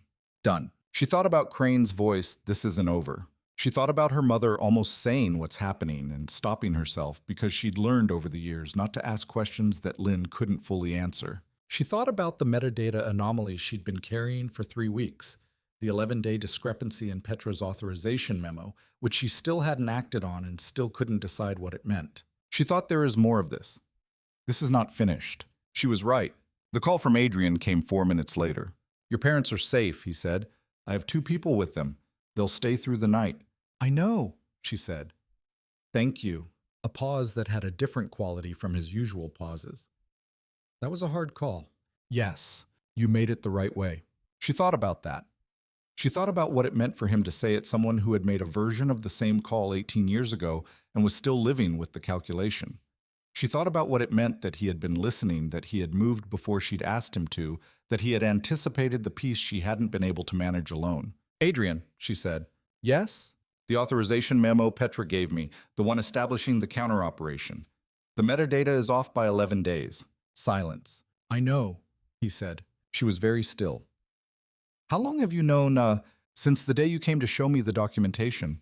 I saw your expression when you were looking at the file. I knew you'd found something you were deciding about. She thought about the 3 weeks she'd been carrying it, about all the things she'd decided not to say yet because she hadn't been sure, about the way he'd looked at her from across the room when she'd shown him the ghost traffic maps, the fractional thing at the corner of his expression that she'd read as something else. What does it mean? She said. He was quiet for a moment. It means Petra established the authorization before she told me. It means there's a version of the counter operation I don't have full visibility into. It means the 15th may have a component neither of us knows about yet. The car was pulling through the compound gate. Through the window, she could see the green of the reserve, the afternoon light in the trees, the compound buildings in their orderly arrangement. Then we have a problem, she said. We have several, he agreed. Come find me when you're inside. We need to rebuild the plan. The gate closed behind the car, and Lynn looked at the compound she'd come to know over 6 weeks and thought about how the most dangerous thing in any complex situation was the thing you couldn't see, not because it was hidden from you, but because you decided for your own reasons not to look at it yet. She thought about trust and the geometry of it and all the ways it could be real and wrong simultaneously. She got out of the car. The afternoon was beautiful and hot and full of consequence, and she walked into the compound to find Adrian and rebuild what needed to be rebuilt. And she did not know yet that by the end of the night, everything she'd thought she understood about the 15th would have changed. The rebuilding started at 4 in the afternoon and didn't finish until past midnight. They worked in the operations center, Adrian, Lynn, Petra, and a security analyst named Soren, who had been with Adrian for 9 years, and who spoke rarely and precisely, and whom Lynn had come to trust on the basis of the way he asked questions, which was the primary way she assessed people who didn't leave data trails. Soren had the particular competence of someone who understood that his job was not to be brilliant, but to be reliable, and reliability in Lynn's experience was rare and more valuable. What they learned in the first 2 hours of rebuilding was not what Lynn had expected. The 11-day anomaly in Petra's authorization memo, the version of the counter-operation that predated the official record, was not, it turned out, a deception. It was a protection. Petra had established an informal authorization from Adrian 11 days before the paper record because she'd needed to begin the counter-operation quickly, and she'd created the formal memo afterward and backdated it to what she'd thought was the beginning date, not realizing she'd misread the system clock by 11 days. A mistake, not a betrayal. A very small human error in the mechanical layer of a very large and very careful operation. Lynn sat with that for a long time after Petra explained it. She thought about the 3 weeks she'd carried the anomaly, turning it over, using it as a reason to hold something back. She thought about what holding things back had cost her and cost other people. And she thought about the particular irony of a person who had been betrayed by careless trust becoming someone who couldn't extend trust, even when the evidence supported it. She thought, when does yet end? She didn't answer that out loud. She noted it and filed it and kept working. The component they hadn't known about the piece Petra had established before she'd told Adrian was an insurance layer. If everything else failed, if Crane got through the bait layer, if the documentation architecture was suppressed, if the 15th came and went without the result they were building toward, Petra had quietly opened a channel to a second journalist in addition to the one Lynn had included in the documentation package, and had been feeding that journalist a parallel record for 6 months. Not the operational details, the financial architecture. The money. The construction of Crane Technologies' expansion mapped against the shadow operations against Kael Group presented not as a criminal case, but as a business investigation, the kind that regional financial publications ran when they had evidence of market manipulation. The story was already written. It had been sent to publication the day before to run 3 days after the 15th, regardless of any other outcome. Petra looked at Lynn across the table when she explained it. I was protecting the operation, she said. If I told anyone about this piece, it became a piece that could be controlled. It needed to be outside the room. Lynn thought about her own private partition, her own documentation, the things she'd kept outside the room. I understand, she said. I know you do, Petra said. They kept working. By 8 in the evening, they had a new architecture for the 15th built on 3 layers, rather than 2, accounting for Crane's knowledge that the operation had been discovered, accounting for the journalists, accounting for James Reeves's position, and the Kael contingency and the 9 days remaining. It was more complex than what they'd started with, and it was also, Lynn thought, more honest, built with full visibility rather than the partial visibility of people who were still deciding how much to trust each other. At 10, Soren left to manage the evening security rotation. At 10:30, Petra gathered her files and said goodnight and left. At 11, Lynn and Adrian were still in the operations center, and the building was quiet, and Singapore was doing its nighttime version of itself beyond the windows. He had been looking at the routing map for 15 minutes. Without speaking a habit, she'd come to recognize this long focus attention he gave to visual data, the way he used maps, the way she used code as a language that said things that other languages couldn't quite manage. The Kuala Lumpur situation, he said. Your parents. They're safe, she said. Chen's people are still there. I know. I'm not. He paused. I want to ask you something. She looked at him. Outside the window, the Singapore night was full and bright, in the way it was a city that had decided darkness was optional. Why didn't you tell me about James sooner, sir? He said. Not an accusation, a question asking for the real answer. She thought about it. She gave him the real answer. Because I needed to understand it myself first. I needed to see him in person and understand what it was. If I handed it to you first, it became your conclusion about what he did, and I needed it to be mine. He was quiet for a moment. That's why you're good at what you do, he said. You won't let anyone else's interpretation replace your own. It's also why I'm slow to trust people, she said. I know. She looked at him. He was looking at the map, and in the light of the operations center, he looked like someone who had been carrying things for a very long time and had gotten very good at the weight of them. She thought about the way he'd set the coffee on her desk without looking at her screen. The way he'd told her she could leave whenever she wanted and had meant it. The way he'd said Annetta with the particular care of a name you'd been saying differently in your head for 18 years. She thought, when does yet end? She thought, maybe here. She didn't say any of that. She said, I want to talk to you about what happens after the 15th. He turned to look at her. All right. The contract runs out in 2 weeks. Whatever happens on the 15th with Crane with Reeves, with the documentation after it's done, the 6 months are done. Yes. I don't want to renegotiate a contract, she said. He was very still. I want to rebuild something. She held his gaze. Not what I had. Not Cipher Axis. Something that does the work I was doing at Cipher Axis and couldn't independent with resources, with the ability to act on what I find rather than just find it and watch it be buried. She looked at him steadily. I think you have the infrastructure to support that. And I think it serves your interest to have someone on the outside who can move in spaces your organization can't. He looked at her for a long moment. She watched him process it, the real question, which wasn't about the professional arrangement. The real question, which was about what she was saying underneath the professional arrangement, which was that she wasn't leaving. That sounds like a business proposal, he said. It is a business proposal. Is it only a business proposal? She looked at him. No, she said, but I'm starting with the business proposal because I'm better at those. The corner of his mouth moved. In the 10 weeks she'd spent learning his face, she had cataloged this expression carefully, the fractional shift barely visible like the surface of deep water disturbed from beneath. It meant something different from what it had meant on the first day when it had been a controlled performance. Now it was something real. All right, he said, send me the proposal. I'll review it. You'll find it reasonable. I know, he said. I'm going to take the time anyway. She picked up her laptop. She was standing to go when she turned back, not because she'd planned to, but because there was something still in the room that hadn't been said, and she was not in the end someone who left things unsaid when she'd decided to say them. Adrian, she said. He looked at her. The sister, Annetta. She held his gaze. She would have been someone worth knowing, from what you've told me. The coat, the music program. The way she laughed. He was very still. Then something in his face, not the fractional shift, but something larger underneath the architecture of control moved and settled and was quiet. Yes, he said. She would have been. Lynn nodded. She went to the door. She stopped there. 9 days, she said. 9 days, he said. She went to her room. She sat at her desk. She opened the encrypted partition and looked at what was in it. 6 weeks of work assembled with the patience and precision of someone who had decided that the most important thing she could bring to any situation was the complete picture. She looked at it for a long time. Then she opened a new document and began to write the business proposal. She wrote until 3 in the morning when the reserve outside was at its quietest and the compound was fully asleep, and Singapore was doing its low-level nighttime hum, and she thought about 9 days and what came after them.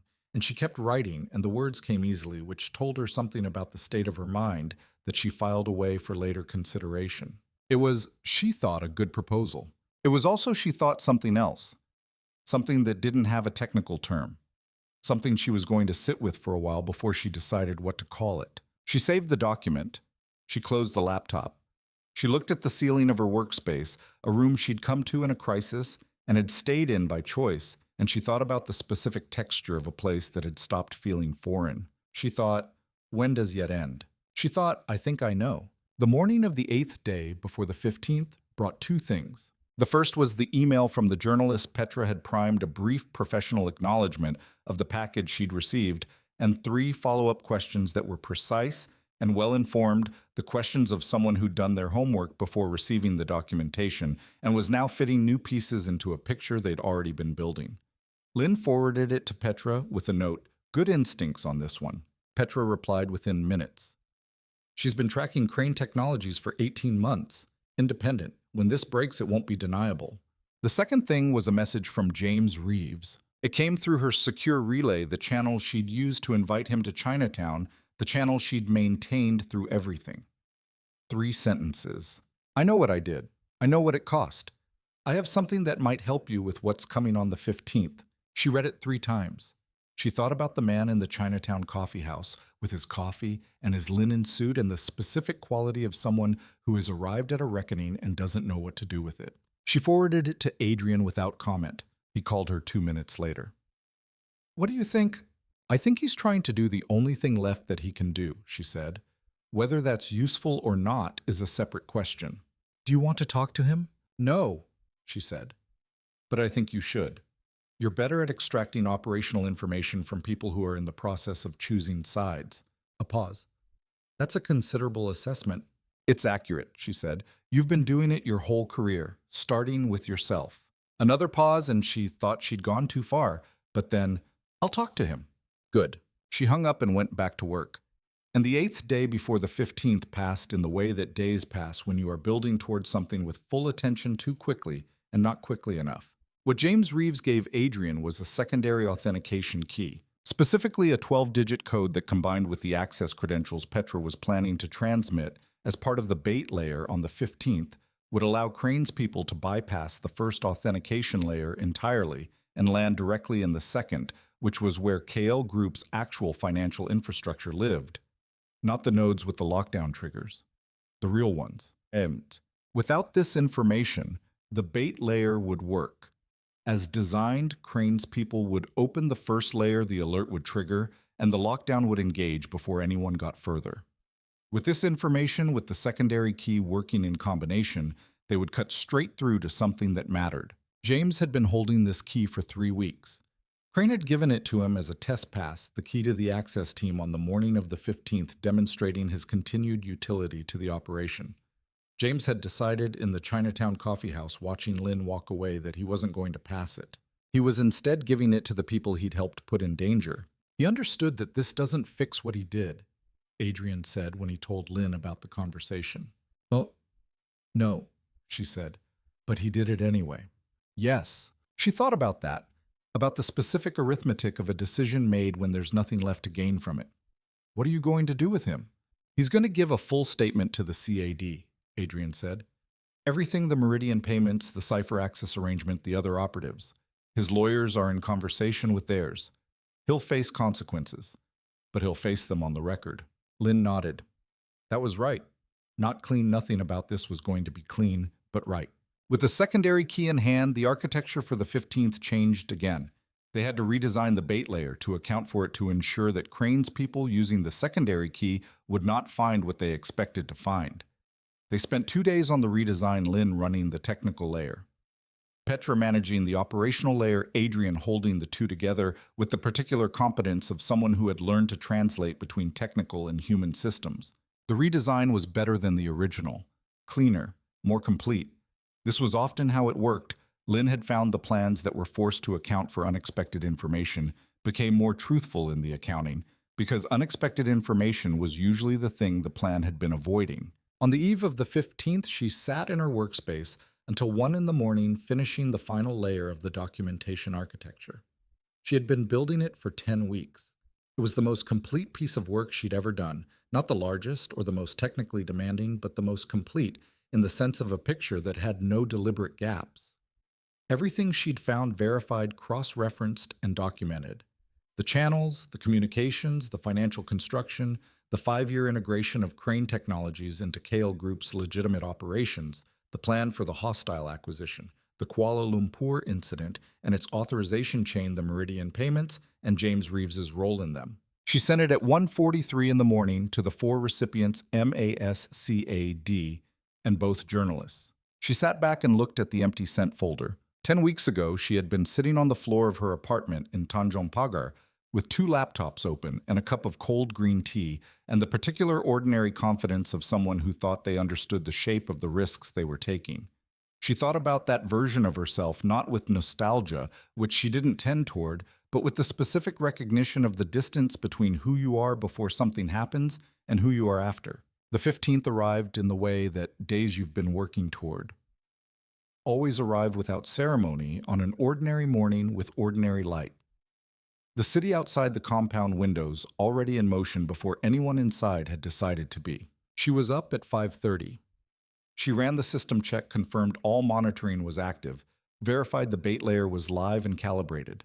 She ran through the sequence 3 times, finding no errors, which told her they'd built it correctly, and also that she was nervous because she only ran sequences 3 times when she was nervous. At 6:15, Adrian appeared in her doorway. He was wearing a gray suit, no tie, and he looked like someone who had slept exactly as much as was necessary, and not 1 minute more. He looked at her across the room with the gray-green patience she had spent 10 weeks learning to read, and this morning it said something she hadn't seen in it before, not quite fear because she didn't think he experienced what most people called fear. Something older. The particular tension of someone who has done everything that can be done and is now in the part that can't be controlled. "Ready," he said. "Yes," she said. "You?" "No," he said, which surprised her because he said it simply and without performance. "Good," she said. "Neither am I. Let's go." They went to the operations center together. Crane's people made their first move at 8:47 in the morning. It was not the move they'd expected. Instead of attempting a digital intrusion through the access credentials Petra had transmitted, Crane went physical. A 3-car convoy arrived at the registered address of one of Kael Group's Singapore subsidiary offices, accompanied by 4 individuals who presented themselves as auditors from a regulatory consultancy with documentation that was excellent and not quite real. Soren managed the response to the physical intrusion with the efficiency Lynn had come to expect from him. The subsidiary staff was briefed in advance. The auditors were given full access to a set of records that were accurate and complete and contained nothing Crane could use, and the entire visit was documented with legal precision. The digital move came at 10:15. Lynn was at her station when the alert appeared. She felt not fear, but a kind of sharpening the system coming fully online the way it did when a problem presented itself that was exactly the kind of problem she was built for. She tracked the intrusion attempt in real time. The access credentials Petra had transmitted used exactly as expected. The secondary key applied at the second layer exactly as James had described. And then the things she'd built that Crane's people didn't know about. She had spent 3 days in the final week of preparation building a 3rd layer. Not a firewall, not a lockdown. A mirror system that would allow the intrusion to appear successful, that would show Crane's team what looked like genuine access to the financial infrastructure while feeding them a perfect replica that was connected to nothing real. They would spend the next several hours inside a simulation, and everything they extracted and transmitted would be documentation of their attempt captured and time-stamped and signed with metadata that could not be disputed. She watched it happen on her monitor. The intrusion team moved through the mirror with the confidence of people who believe they've succeeded, pulling data packages and transmitting them to an external relay, a relay that Lynn was simultaneously logging at the endpoint. Complete. Irrefutable. She turned in her chair and looked at Adrian. He was looking at her screen. He looked back at her. "It's working," she said. "Yes. 20 minutes. They'll start to realize something is off when the data packages don't respond to their verification protocols. What happens then? Then they'll try to pull out. She turned back to the screen. And they'll find they can't. I've locked the exit node. He was quiet for a moment. You locked them inside the mirror for 45 minutes, long enough for Soren's team to have conversations with some of their technical support personnel. She glanced at him. Nothing physical, just conversations. Conversations, he repeated. You've been doing it your whole career, she said, starting with yourself. He was quiet again. Then, you're going to keep saying that, only when it's accurate. At 11:42, Elliot Crane called Adrian's personal number. Lynn knew this because Adrian's phone was routed through the operations center monitoring system his choice made 3 days ago when he told her she could have full visibility into all his communications for the duration of the operation. She'd noted it and hadn't commented and had thought about it a great deal in the 3 days since. She could hear both sides of the call. Kael, Crane said. His voice was controlled, precise. The voice of someone who was very angry and was not going to let it show in his voice. Crane, Adrian said, you've made this considerably more complicated than it needed to be. I disagree. You made it complicated when you sent people to Kuala Lumpur. Before that, it was a manageable situation. 2 of your people were in the hospital. That's your definition of manageable. It was a message, Adrian said. I received it, and then I decided what to do with it. A pause. Which is what I'm always doing, Crane. Receiving information and deciding what to do with it. You've known me for 5 years and you haven't understood that yet. I've known you for 5 years because I invested in you for 5 years. You built yourself into a position of dependency and called it investment. There's a difference. A silence. Lynn watched the monitoring system display the call duration and watched the clock on the intrusion attempt simultaneously. 31 minutes inside the mirror. What do you want? Crane said. A conclusion, Adrian said. Your people are going to withdraw from whatever they're currently attempting. They should already be receiving the alert that the exit node is locked, which means they have approximately 14 minutes before the monitoring logs are transmitted to law enforcement, with their access attempt documented. You'll withdraw them. You'll stand down the physical visit to the subsidiary, which I think Soren's team has already managed, and you'll understand that the documentation currently sitting with 2 regulatory bodies and 2 journalists is going to proceed, and that the best thing you can do is ensure that your response to it is measured and legal. You're not in a position to— I am in exactly the position I'm in, Adrian said, because Ms. Tran spent 10 weeks building the documentation architecture and 3 additional days building a system that captured everything your team did this morning and time-stamped it and signed it and transmitted it to the regulatory intake systems while your people believed they were succeeding. The documentation isn't in my hands. It's in systems that have nothing to do with me. A pause. You can be angry at me. You can litigate me. You can try every approach you've been planning for 5 years. None of it changes what's in those systems now. Another silence. 40 minutes. The secondary key, Crane said. Reeves. Yes. He was always going to be a liability. Everyone is a liability when they've made decisions they regret, Adrian said. The question is what they do with the regret. The line was quiet for a very long time. Lynn watched the clock. 43 minutes. 44. Pull your people out, Adrian said. That's all this call needs to be. The line ended. Lynn pulled up the exit node monitor. 47 minutes. The intrusion team was withdrawing. She released the lock at 48 and watched them exit, and the monitoring system logged every step. She sat back. Soren looked up from his station. Physical team at the subsidiary is withdrawing. All 4 individuals departed. Chen from the far side of the room. The relay endpoint shows complete package capture. Full documentation transmitted. Lynn looked at Adrian. He was standing very still in the middle of the operations center, looking at nothing in particular. His hands at his sides. She recognized the stillness, not the controlled stillness of his usual register, but the different kind, the kind that comes when something you've been holding very tightly for a very long time can finally be set down. It's done, she said. He looked at her. The operations center was quiet. Outside the windows, Singapore was doing its noon-hour version of itself, the city, at its most saturated, the light, hammering down on glass and steel, the harbor visible at the edge of the skyline in its silver width. Not completely, he said. Crane has lawyers. The regulatory process takes time. The journalists will publish, and there will be responses, and all of that will play out over months. Yes, she said. But the part that can go wrong has gone right. The rest is process. He looked at her. The rest is process, he repeated, and the fractional thing happened at the corner of his mouth. And she knew that particular version of it now, what it meant, where it came from, what it was underneath. She looked at him. She thought about 10 weeks of work in a compound on the edge of a reserve, 10 weeks of learning the topology of a situation she'd walked into sideways, 10 weeks of building something with people she hadn't expected to build anything with. She thought, when does yet end? I sent the proposal to your email last night, she said. I know, he said. I read it at 2 in the morning. And I'm going to accept it, he said, with one modification, which is the termination clause, he said. You wrote a 30-day notice requirement for either party. I want to remove it. She looked at him carefully. Why? Because 30 days is the language of an arrangement that expects to end, he said. I don't want to write a document that expects to end. He held her gaze. I want to write a document that expects to continue. We can add other provisions, review periods, modification clauses, reasonable things, but not a termination clause that assumes the default is departure. She was quiet for a moment. That's a significant change to the terms, she said. Yes, he said. I know what it means. So do I, she said. She held his gaze across the quiet operations center with the Singapore noon hammering down outside and the compound around them in its disciplined order and the reserve beyond the walls doing its ancient green thing, indifferent to all of them. All right, she said. No termination clause. He nodded.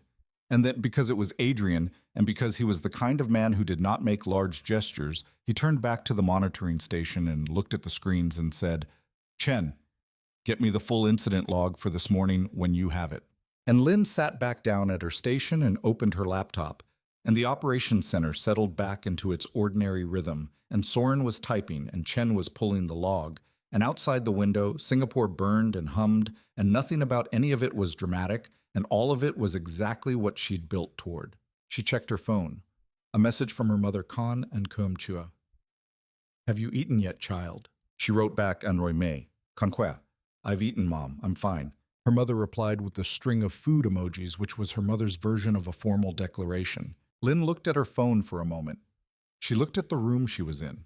She looked at the man standing 12 feet away from her reading a monitoring log with the focused attention he gave everything. She thought about distance, the distance between the apartment in Tanjong Pagar and this room, the distance between the version of herself who had taken a job she shouldn't have taken and the version sitting here now, the distance between not yet and whatever came after it. The distances were different sizes. But she had always been someone who was better at measuring than at naming, and what she could measure told her that the direction of travel had been on balance correct. She opened her laptop and went back to work. And the afternoon ran on, and the city was brilliant outside the windows, and the 15th became the 16th, which was unremarkably and completely the first day of what came next. The days after the 15th had a different texture from the days before it, before the compression of a countdown every hour dense with preparation. After the longer, flatter work of consequences regulatory correspondence document requests, legal consultations, the machinery of accountability that turns slowly and doesn't stop once started. Lynn ran the technical layer of the response effort with the same precision she'd brought to the investigation, which meant that the CAD and MAS both had exactly what they needed, exactly when they needed it, formatted and cross-referenced, and linked with an index that even regulatory clerks had commented on. Petra managed the operational and financial documentation. Adrian managed the lawyers, the institutional relationships, the things that required a person who understood how power moved in rooms she hadn't been in. It worked the way things work when the people doing them are good at what they do and aren't working against each other. The journalists published 4 days after the 15th. The regional business publication ran Petra's story, a meticulous 8,000-word investigation into Crane Technologies' expansion strategy and the 5-year integration operation sourced from the documentation Petra had built. 2 days later, the second journalist ran a parallel piece in a different publication focused on the regulatory implications and sourced from Lynn's documentation package. The two pieces coming from different journalists with different sources were understood immediately as confirmation rather than allegation. Elliot Crane's lawyers issued a statement on the day of the first publication. It was measured and legal and said nothing which was exactly what it was designed to do. His public relations team issued a second statement 3 days later, more specific, addressing particular findings in the articles. The statements were well crafted and would have been effective at a different moment in a different information environment. This moment in this environment, they were received as the defensive positioning they were. Lynn read both statements in her workspace and thought about the voice on the phone, the precise, calm delivery of a man who had built things for generations and expected to keep building them.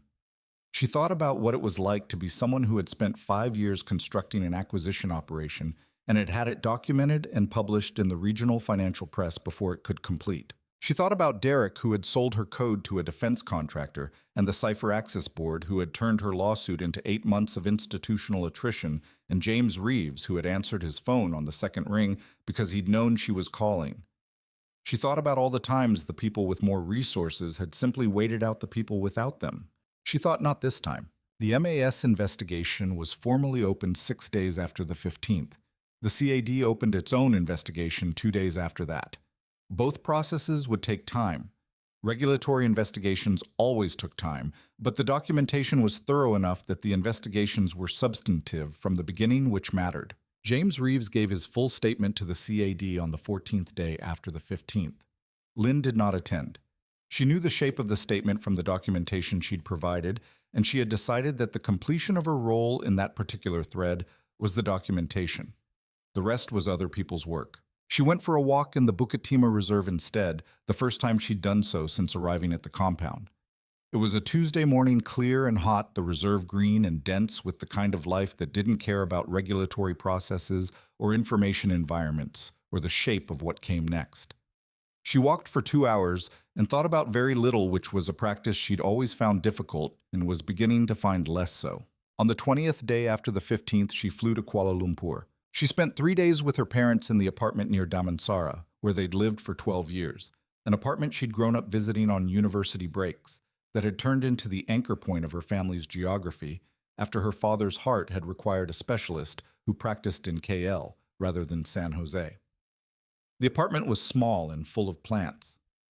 Her mother's project, which had expanded over the years from 3 pots on the balcony to something approaching a small indoor ecosystem, and it smelled of fish sauce and the particular soap her father had used since Lynn could remember, and being in it had always required a recalibration that she was this time grateful for. Her mother asked questions carefully in the way she had learned to ask questions about Lynn's work, circling the edges, approaching obliquely, respecting the shape of what Lynn could and couldn't explain. Her father asked fewer questions and made more food, which was his version of the same thing. Lynn told them enough, not everything, but enough to explain why there had been people outside their building for 3 days, and why she'd called in the middle of a Thursday to tell her mother not to go for her afternoon walk. "Nguy Kung?" her father asked on the second evening. "Was it dangerous?" "Yes," she said, "but it's done." He looked at her for a long moment. He had the kind of face that had kept its structure through 63 years of living, which in her father's case had included a boat crossing and a refugee camp, and the particular recalibration of starting a life over in a country that did not speak your language. She had always thought the most honest face she'd ever seen, not because it was expressive, but because it never performed what it didn't feel. "Anh ấy tốt không?" he said. "Is he good?" She looked at her father. She thought about how he'd asked it. Not is he safe, or is he legal, or is he the kind of person she should be involved with, but is he good? Which was the only question that mattered to a man who had built his entire assessment of people on that single criterion. "Anh ấy có nguyên tắc," she said. "He has principles." Her father nodded. He turned back to the stove. "Andy," he said. "Eat." She ate. She flew back to Singapore on the 4th day on a morning flight that landed at Changi at 10, and she took a cab to the compound rather than the connection she usually used because she wanted the extra time in the cab, and the cab didn't ask her anything. Adrian met her at the compound entrance. Not dramatically, he happened to be crossing the courtyard when the cab came through the gate, and he stopped and looked at her, and she looked at him, and they stood in the courtyard in the Singapore morning heat for a moment. "How are your parents?" he said. "Good," she said. "My father made 3 days of food." "Sounds right," he said. She looked at him. He looked back. The courtyard was quiet around them, the reserve beyond the walls doing its thing, the compound in its orderly mid-morning state. "The proposal," she said. "I signed it yesterday," he said. "You have a countersigned copy in your email." "Good," she said. She walked past him into the compound. She heard him fall into step behind her, not following her, just moving in the same direction. She didn't turn around. Lynn, he said. She stopped. I thought about what you said to your father, he said, on the call. She turned to look at him. You were listening to my call. I was not, he said. He told me. He called me this morning. She was very still. My father called you. He found the number in your contact list. He said it without apparent discomfort. He wanted to ask me something. She looked at him. What did he ask? He asked if I intended to take care of you. She held his gaze. And what did you tell him? I told him that taking care of you was not a concept you would recognize, he said, and that what I intended was to be someone worth having beside you, which I understood was a different thing, and that I was working on it. He paused. He said that was a good answer. She looked at him for a long moment. She thought about her father at the stove, turning back to the fish sauce and saying, Undi, the way he always concluded things he'd decided were settled. She thought about the distance between the apartment in Tanjong Pagar and the compound on the edge of the reserve and everything that had happened in between. She thought, this is what it feels like when yet is over. I'm going to my workspace, she said. I have the CAD follow-up documentation to review. I know, he said. I have a meeting with the lawyers at 11. Good, she said. She walked to her workspace. She sat at her desk. She opened the countersigned proposal, her signature, his signature dated yesterday, no termination clause. And she looked at it for a moment. She thought about what it was like to build something with someone. Not hand it to them, not receive it from them, but build it alongside them. Each person bringing the things they were best at, the gaps in one covered by the precision of the other. She thought about systems and the people who made them. She thought about what it meant to design something for longevity. She saved the proposal to her private partition, the same partition that had held 10 weeks of documentation, which she had expanded to hold other things. Now things that were not evidence and not work product, but simply the record of a period of time she intended to remember clearly. She opened the CAD correspondence and got to work. Outside her window, Singapore was going about its business in its relentless photogenic way, and the reserve was doing its slow green thing beyond the compound walls. And somewhere in the building, a door opened and closed, and she knew without looking up who it was. She kept working. The lawyers were with Adrian for most of the afternoon. She could hear distantly the pattern of extended professional conversation through the compound's interior walls. Not words, just rhythm, the particular back-and-forth cadence of people working through a document line by line.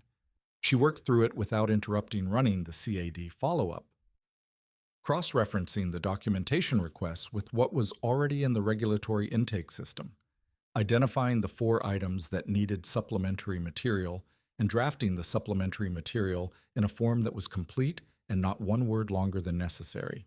At 4:30, she sent the package. At 4:45, she made coffee. At 5, Petra knocked on her open door. A minute, Petra said. Come in. Petra sat in the chair across from the desk. The chair that had become over 10 weeks. The chair that people used when they came to talk to her about things that weren't strictly operational. She sat with the self-contained uprightness that was her default posture, and she looked at Lynn for a moment. I want to say something, Petra said. All right. When I built the counter operation, I didn't tell Adrian the full scope of it because I thought he would stop me. He has a tendency to protect people by keeping them out of danger, which is a form of protection that doesn't serve them. She paused. You didn't do that. You kept your own documentation separate, your own judgment separate, your own relationships separate, until you had enough to bring them in. You didn't ask permission. You didn't defer. You built what you built, and you brought it when it was ready. Lynn looked at her. You're saying you think I did it right. I'm saying you did it the way it needed to be done by someone who understood that the work mattered more than the credit. Petra held her gaze. Not many people can do that, especially not people who have been burned the way you were burned. Lynn thought about Cipher Access, about the exploit the lawsuit Derek's smile every morning. She thought about what it had done to the way she held things close, private, documented, checked twice. I'm working on that, she said. I know, Petra said. I can see it working. She stood. The KL situation. When Crane threatened your parents and you transmitted anyway. She looked at Lynn. That was the moment I understood who you were. She left. Lynn sat with that for a while. Outside, the afternoon was tipping toward evening, the light going golden over the reserve, the city behind it, beginning its nightly illumination.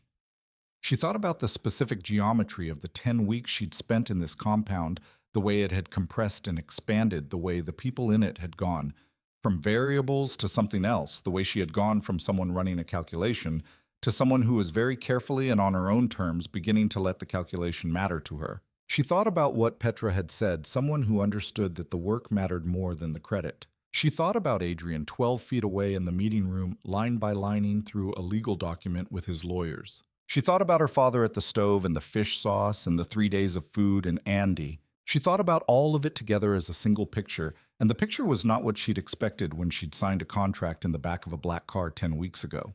It was not cleaner or safer or simpler. It was larger, more complicated, more demanding, more interesting. The kind of picture that required continued attention that would keep revealing detail the longer you looked at it. She was good at sustained attention. She turned back to her screen and opened a new document. Not the CAD correspondence, not operational work, but the document she'd been slowly building for 3 weeks in the margins of everything else.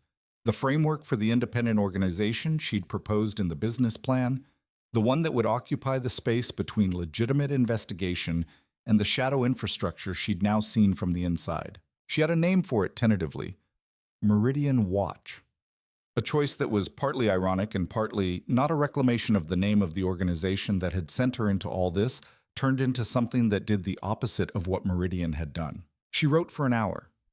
The framework was good. She could tell the way she could always tell when something was built correctly by the absence of structural resistance.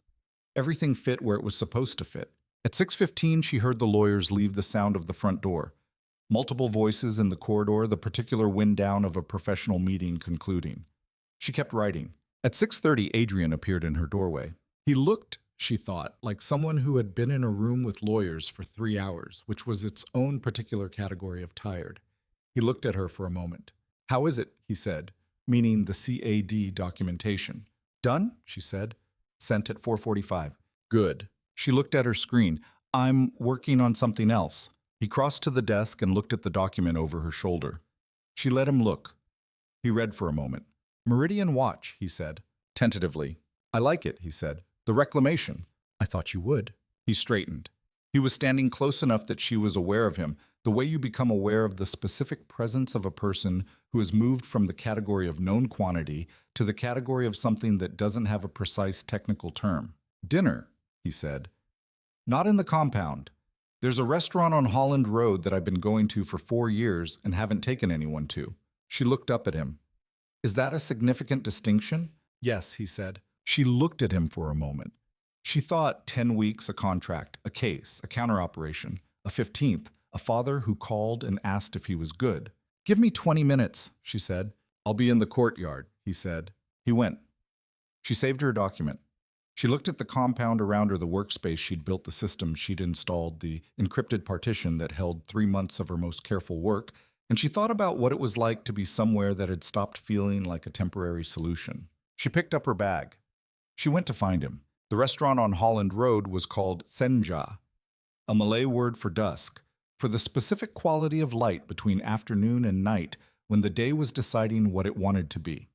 It was small, occupying the ground floor of a shophouse that had been converted with enough restraint that you could still feel the building's history in its bones. White walls, old timber beams, tables that were close enough together to create the impression of shared occupancy without actual intrusion. The food was what Singaporean Chinese called Zichar home-style cooking. At the scale of a restaurant, the kind of food that was defiantly good and not interested in being admired for it. Adrian had a table at the back against the wall where you could see the room without being in the center of it. Of course he did. They ate for the better part of 2 hours. She ordered the salted egg yolk prawns and the morning glory fried with garlic and the braised tofu that came out of the kitchen looking like nothing and tasting like the accumulated wisdom of a very long culinary tradition. He ordered the black pepper crab, which required a considerable amount of physical engagement, which she hadn't expected from him, and which made her understand something about him that 12 weeks in the compound hadn't shown her. They talked about things that were not operational. She told him about San Jose, about growing up in a Vietnamese household in the middle of Silicon Valley's particular culture, the specific cognitive dissonance of a family that had built everything from almost nothing, watching the people around them build things from the infrastructure of inherited advantage. He told her about Prague before and after the city as it existed in his memory from childhood, and the city as it existed now, which he still visited once a year, standing in front of the music conservatory his sister had attended and doing whatever you do in places like that when the person you're looking for isn't there. She told him about the exploit, not the lawsuit, which he already knew, but the exploit itself, the specific technical beauty of it, the thing she'd been proudest of in her professional life before it was taken from her. He listened the way he listened to everything fully, with the particular quality of attention that told you the information was being kept rather than processed and discarded. Can you rebuild it? He said. She looked at him across the table. I've been rebuilding it for 2 years, she said. A better version. The original had a specific flaw that I never disclosed, not to Cipher Access, not to anyone. The version that was sold was flawed. He looked at her. You knew they would steal it. I suspected, she said. I built in the insurance. She picked up her glass. The version that defense contractor paid for doesn't work the way they think it does. A silence. Then the fractional thing at the corner of his mouth. That, he said, is exactly the kind of person you are. Yes, she said. They walked back from the restaurant in the Singapore evening along Holland Road with its specific neighborhood character. The wine bars and the old provision shops and the temple at the corner with its red lanterns. And she thought about the geometry of walking beside someone, the calibration of pace, the particular way two people occupy space together when they've spent enough time in each other's presence that the calculation has become automatic. He didn't reach for her hand. She didn't reach for his. They walked in the familiar proximity of people who had established their own vocabulary for closeness and were in no hurry to change its terms. The regulatory consequences for Elliot Crane began to arrive over the following 6 weeks. The MAS issued a formal investigation notice to Crane Technologies' Singapore entities restricting certain financial activities pending review. The CAD opened a formal criminal inquiry, not against Crane personally, not yet, but against 2 of his Singapore-based corporate entities, which was the beginning of a thread that, if pulled carefully, would eventually reach him. The journalists published 2 follow-up pieces, each one adding detail from sources that had been prompted to come forward by the initial coverage. Crane's lawyers responded to each development with the precision and resources of a 47-lawyer operation, which Lynn recognized from her Cipher Access experience and which she no longer found as daunting as she once had.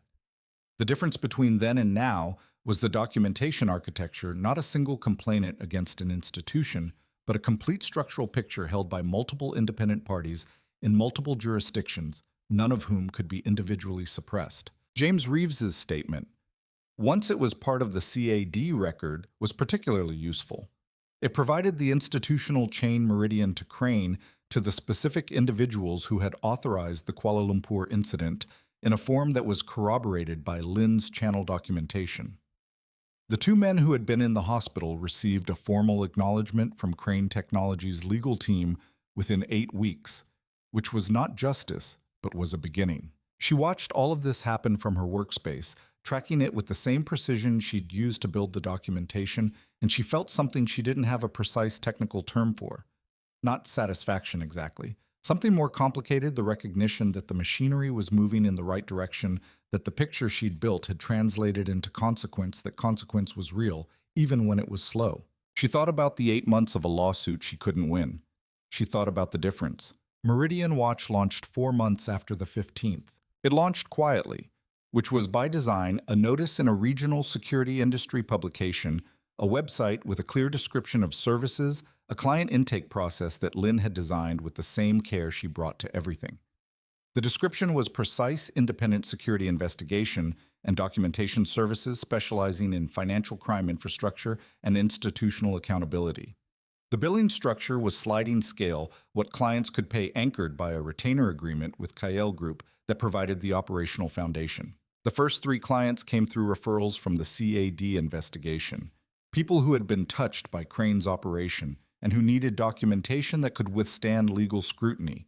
She worked their cases with the same architecture she'd used on the Kael case, complete verifiable, designed to be held by parties who could not be individually suppressed.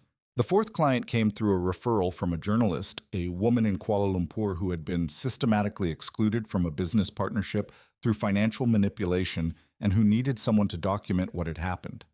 Lynn worked that case for 3 weeks and found everything she needed to find and delivered a documentation package that the woman's lawyers called the cleanest evidentiary record they'd seen from a non-governmental source. She did the work well. She knew it was good work. The knowing felt different from how it had felt at Cipher Access. Not the competence of someone performing for an institution that might or might not deserve her best effort, but the competence of someone working directly in the direction of what she believed in, which was that the people who lied about where the money went should be documented clearly enough that lying became unworkable. Adrian did not involve himself in Meridian Watch's operations. This was by design hers and his both. He understood, in the structural way he understood things, that the value of what she was building depended on its independence, and that independence required him to stay in his lane, even when his lane and hers ran parallel. He did, however, occasionally bring her coffee at night when she was working late in the compound's common room rather than her workspace. He did not look at her screens. He set the cup down and sat with his own coffee and read or looked at the routing maps that were the constant background of his professional attention, and they occupied the same space in the particular easy way of people who have figured out how to be near each other. This was she had decided what she wanted. Not a grand gesture, not a transaction, someone who understood the shape of what she was, who didn't try to change its dimensions, who sat beside it comfortably in the ordinary hours of the evening and asked for nothing except the same. On a Thursday evening, 5 months after the 15th. 6 months after she had opened the hotel room door in Chinatown and found him standing there with his hands at his sides. She was in the common room working on the Kuala Lumpur case documentation when he came in with coffee and stopped. "I have something to tell you," he said. She looked up. His expression was different, not alarming, but different from his usual register. Something that was, she realized, slightly uncertain, which she had not seen in his face before. "Crane's lawyers contacted mine this morning," he said. She sat up straighter. "What did they want?" "They offered a settlement. Not for the regulatory matters, those continue regardless. For the civil portion." He paused. "The terms are complex. I'll spare you the detail. The relevant part is that the settlement includes a provision for Kael Group's existing client structure." She looked at him carefully. "What kind of provision?" "A requirement to restructure the client relationships over a 3-year period." He held her gaze. "It's not dissolution. It's legitimization, a monitored transition with compliance oversight that at the end of 3 years results in a fully above-board operation." She was quiet. "I've been considering it for 6 hours," he said. "I wanted to tell you before I decided." She looked at him. She thought about what he was telling her, not the legal mechanics which she could parse in her sleep, but the thing underneath them. The person who had gone native 10 years ago, who had built a code for himself in the absence of institutions he could trust, who had made the calculation that the best way to maintain order in his particular world was to be the most disciplined person in it, being offered a way back to the other side. "What does your lawyer think?" she said. "She thinks I should take it." "What does Petra think?" "That it's the right result if the compliance oversight is legitimate." A pause. "She's already drafting the counter terms." "What do you think?" she said. He looked at her.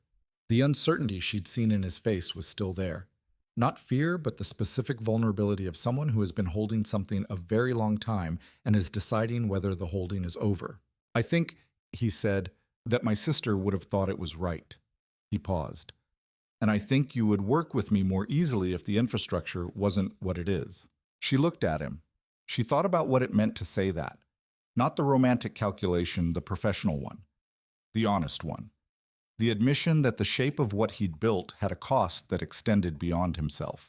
"You don't need to restructure your operation for my work to function," she said carefully. "I know," he said. "I want to restructure it because it's right.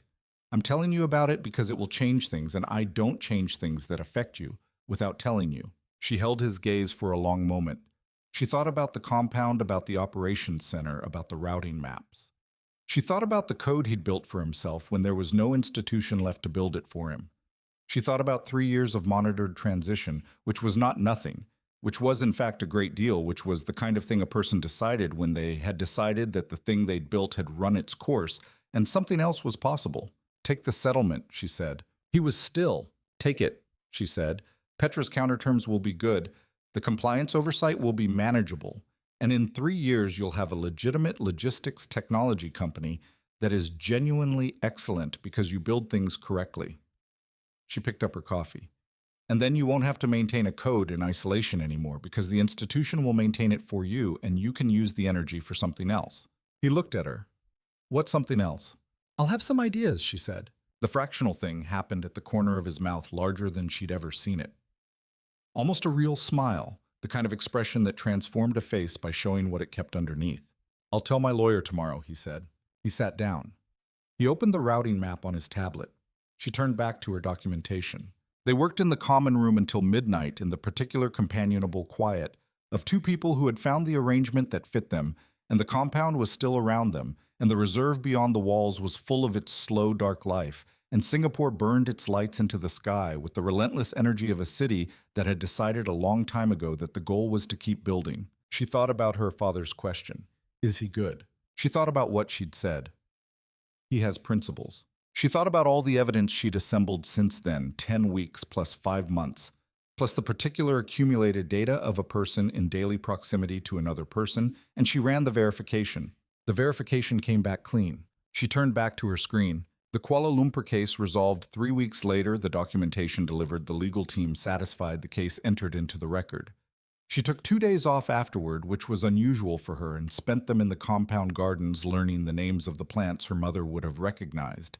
And she didn't. And walking the perimeter of the reserve in the morning heat and eating lunch with Soren, who turned out to have extremely strong opinions about char kway teow that she found unexpectedly entertaining. She thought in the 2 days off about what it meant to have built something that held. Not perfectly. Nothing held perfectly. And she'd stopped expecting perfection sometime around the second week in the compound, which was when she'd realized that the most important things were not the things that couldn't fail, but the things that could recover from failure because their foundation was honest. Meridian Watch was growing. She had 6 active cases and 2 in intake, and a waiting list that told her the demand for what she did was real and not an artifact of the Kael case's particular circumstances. She had hired on a consulting basis 2 people she'd identified through the CAD process, a forensic accountant from KL who worked the financial layer with the same precision she brought to the technical, and a former regulatory analyst who understood the institutional channels the way a native speaker understood their own language. The organization was small, and it was hers. It did the work she'd always believed in doing. It was funded honestly and operated without apology. She thought about the apartment in Tanjong Pagar, the 2 laptops, the cup of cold green tea. She thought about the version of herself who had been sitting on that floor in her university sweatshirt running a trace on a server that was going to change everything. She thought, that person built this. That person with her packed bag and her hall camera and her refusal to trust too quickly and her habit of running checksums on everything, that person had walked into a situation that should have broken her and had done what she always did. Built a picture, followed the data, refused to let anyone else's interpretation replace her own. She had come out the other side with a name, a base, a partner who understood what she was and didn't try to manage its dimensions in a body of work she was proud of. She thought about Adrian Kael, 23 years old, a green coat, music, a laugh too large for the room. She thought about the way grief could be either a closed thing or an open one, the way Adrian had kept it open, naming it, returning to it, letting it inform everything he'd built without letting it be the only thing. She thought about the cost of things and the things that costs built. The last case of her first year at Meridian Watch was the one she hadn't expected. It came through an anonymous intake, a detailed, technically sophisticated submission from someone who had access to internal records they shouldn't have had access to, describing a pattern of financial irregularity inside a major regional bank. The submission was good. The person who sent it knew what they were doing. She ran the standard verification and began the preliminary analysis, and 3 days in, she identified something that stopped her. The primary target account in the submission traced through 4 shells to an entity she recognized. Not Crane Technologies. The Crane matter was in the late stages of its regulatory process, and its principles were well documented. Something new. A structure she hadn't seen before, built recently with the particular elegance of very good construction. She ran the trace 5 more times. Each time it came back to the same place. She sat back and looked at the ceiling and thought carefully about what it meant. Then she pulled up a new document and began to build the picture the way she always did, from the outside in, with patience, without conclusions, until the data was complete. She worked until 2 in the morning. She made coffee at some point and forgot to drink it. At 2:15, she saved the document, encrypted it, backed it up to 3 separate locations, and closed the laptop. She sat in the quiet of her workspace and thought about the nature of her work, which was that it was not finished. It was not the kind of work that finished. Each case was a conclusion for the people it concerned, and then it was the beginning of the next thing to see clearly. She thought, this is what I am. She thought, good. She picked up the cold coffee, looked at it, put it down. She opened the laptop again. Outside her window, Singapore was doing its 3 a.m. version of itself. The city at its most reduced, stripped of its daytime performance, running on the essential infrastructure of a place that never actually stopped. The lights were still on. The harbor was still there. The reserve beyond the compound wall was dark and full and patient the way it always was. She turned back to the screen. She followed the data. The new case took 4 months. She didn't tell Adrian about it for the first 6 weeks. Not because she was hiding it, but because she was in the stage of the work where other people's knowledge of what she was doing introduced variables she wasn't ready to manage. This was how she always worked. He understood this, which was part of what made the arrangement functional. On the 6th week, she told him. They were in the courtyard at 7 in the morning. He'd been there when she came out with her coffee, sitting on the same bench she'd looked at from her window months ago, in the same position, elbows on knees. She'd sat beside him, which she hadn't done that night, and she'd told him what she'd found. He was quiet for a long time. The reserve was doing its morning thing, birds, the distant sound of the city warming up the light coming through the canopy at its flattest and most honest angle. "What do you need?" he said. "I need to know if the entity has any connection to your operations," she said. "Current or historical?" He didn't hesitate. "Tell me the entity identifier," she told him. He pulled out his phone, ran a search, looked at the result. "Historical," he said. "A transit account 3 years ago, 1 transaction, before the restructuring began." "That complicates the documentation," she said. "How?" "Because a connection to your organization, even historical, even prior to restructuring, gives whoever controls the entity a narrative they can use. It creates a story about motive that muddies the evidentiary picture." He looked at her. "What do you need to clean that up?" She looked back at him. "Full disclosure from your side, documented, dated, part of the regulatory compliance record. If the connection is disclosed before I bring the documentation, it's context. If it surfaces after its concealment, I'll have Petra prepare the disclosure today," he said. "You'll have it by end of business." She nodded. "Lynn," he said. She looked at him. "You're going to pursue this regardless of how it complicates things for me," he said. "Yes." "Good," he said, simply, as though it were the only possible answer. She thought about what it was like to be told that your most essential quality, the thing that made you difficult, the thing that had cost her her career and her trust in 2 years of her life, was good, not despite its complications, because of them. She picked up her coffee. She looked at the reserve. The light was getting stronger, the morning moving into itself. "Your father asked me something else when he called," Adrian said. She looked at him. "What?" "He asked what I was afraid of." She was quiet. "What did you say?" "I said I was afraid of building things that didn't last." He held her gaze. He said that was the wrong thing to be afraid of, that the question was whether the things you built were true while they were standing. She thought about her father at the stove, about the apartment full of plants, about the crossing he'd made, and the camp and the country that didn't speak his language, and the life he'd built from that beginning, not permanent in any grand sense, but true while it was standing, which was the only standard he'd ever used. "He's right," she said. "I know," Adrian said. "He's a very clear person." She smiled. It was the kind of smile that she'd always given very sparingly. Not as a withholding, but because it was something that required a reason, and most reasons hadn't been sufficient. This one was. "Bo is good at that," she said. They sat in the courtyard for a few more minutes, with the Singapore morning coming up around them, and the city already in motion beyond the walls, and then she stood and went back to work, and he went to meet with his restructuring team, and the day ran on in the ordinary way of days when the extraordinary things have settled into their proper positions. She worked the new case through its 4 months with the same architecture she'd used on the Kael case building from the outside, and verifying every element, maintaining the complete picture in her encrypted partition until it was ready. She filed the documentation on a Thursday. She sent it to the CAD and to one journalist, the second one the Independent, who had been tracking the underlying entity for 14 months before Lynn found her way to the same place from a different direction. The journalist published in 3 weeks.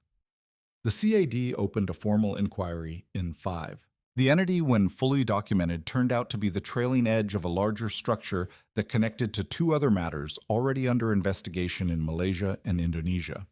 The regional picture, assembled by combining Lin's documentation with the work of 2 other journalists and a regulatory agency in KL, was comprehensive in a way that no single piece could have been. She read the regional coverage on a Friday morning with her coffee, and she thought about interconnection, about how the data was always more complete when you shared what you found with the people working on adjacent threads, and about how that was true in investigations and also in other things. The Holland Road restaurant became a Thursday habit. Not every Thursday, but most of them. She learned the menu over 3 months of Thursdays, and she learned that Adrian tipped 25% to the staff and carried his own chopsticks in his jacket pocket, which she found unexpectedly endearing, and that he was a very different person in a room where he wasn't managing anything easier. In his bearing, quicker to laugh, willing to argue about things that didn't matter in the way that people argue when they feel safe enough for the stakes to be low. She was good at this, she found, at sitting across a table from someone and being there without analysis.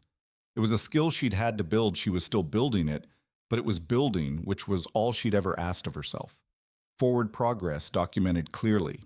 On a Thursday in the 7th month of the restructuring 2 years, and some months after a Tuesday night in Tanjong Pagar, when she'd opened the wrong server and everything had changed, they were walking back from Senja along Holland Road, the evening light doing exactly what the restaurant's name described, and she reached over and took his hand. He looked at her. She kept walking. He kept walking. The city was beautiful in the dusk, which was a thing she'd always known about Singapore, and was still capable of being surprised by the way it wore its beauty practically without apology, the way a city does when it has decided that the goal is to be exactly what it is. She thought about what had been built over 2 years, not the formal things, not the restructuring agreement, or the regulatory compliance, or the Meridian Watch client list, but the other things. The encrypted partition that now held records of things that were not evidence and not work product. The business proposal with no termination clause. The Thursday evenings. The morning coffee in the courtyard. The phone call her father had made to a number he'd found in her contact list, which she had never asked about and which she understood completely. She thought, this is what I built. She thought, this is what we built. She thought about data and what it could contain, not just the transactional record, not just the verifiable and cross-referenced and documented, but the other class of information. The kind that lived in the quality of a silence. The kind that lived in the distance between people when the distance was right. The kind that was real and not quantifiable, and not the less real for that. She was very good at her work. She had always been very good at her work. She thought, I am also good at this now. They crossed the intersection at the corner with the temple, the red lanterns doing their evening glow, and the city moved around them with its ordinary momentum, and she thought about the nature of what she did, following data-building pictures, refusing to stop before the picture was complete. And she thought that the picture she was in right now was one she intended to keep building. There was no end date. There was no termination clause. There was just the work which was true and ongoing, and the city which was beautiful in its evening light, and the hand she was holding, which held back. She kept walking.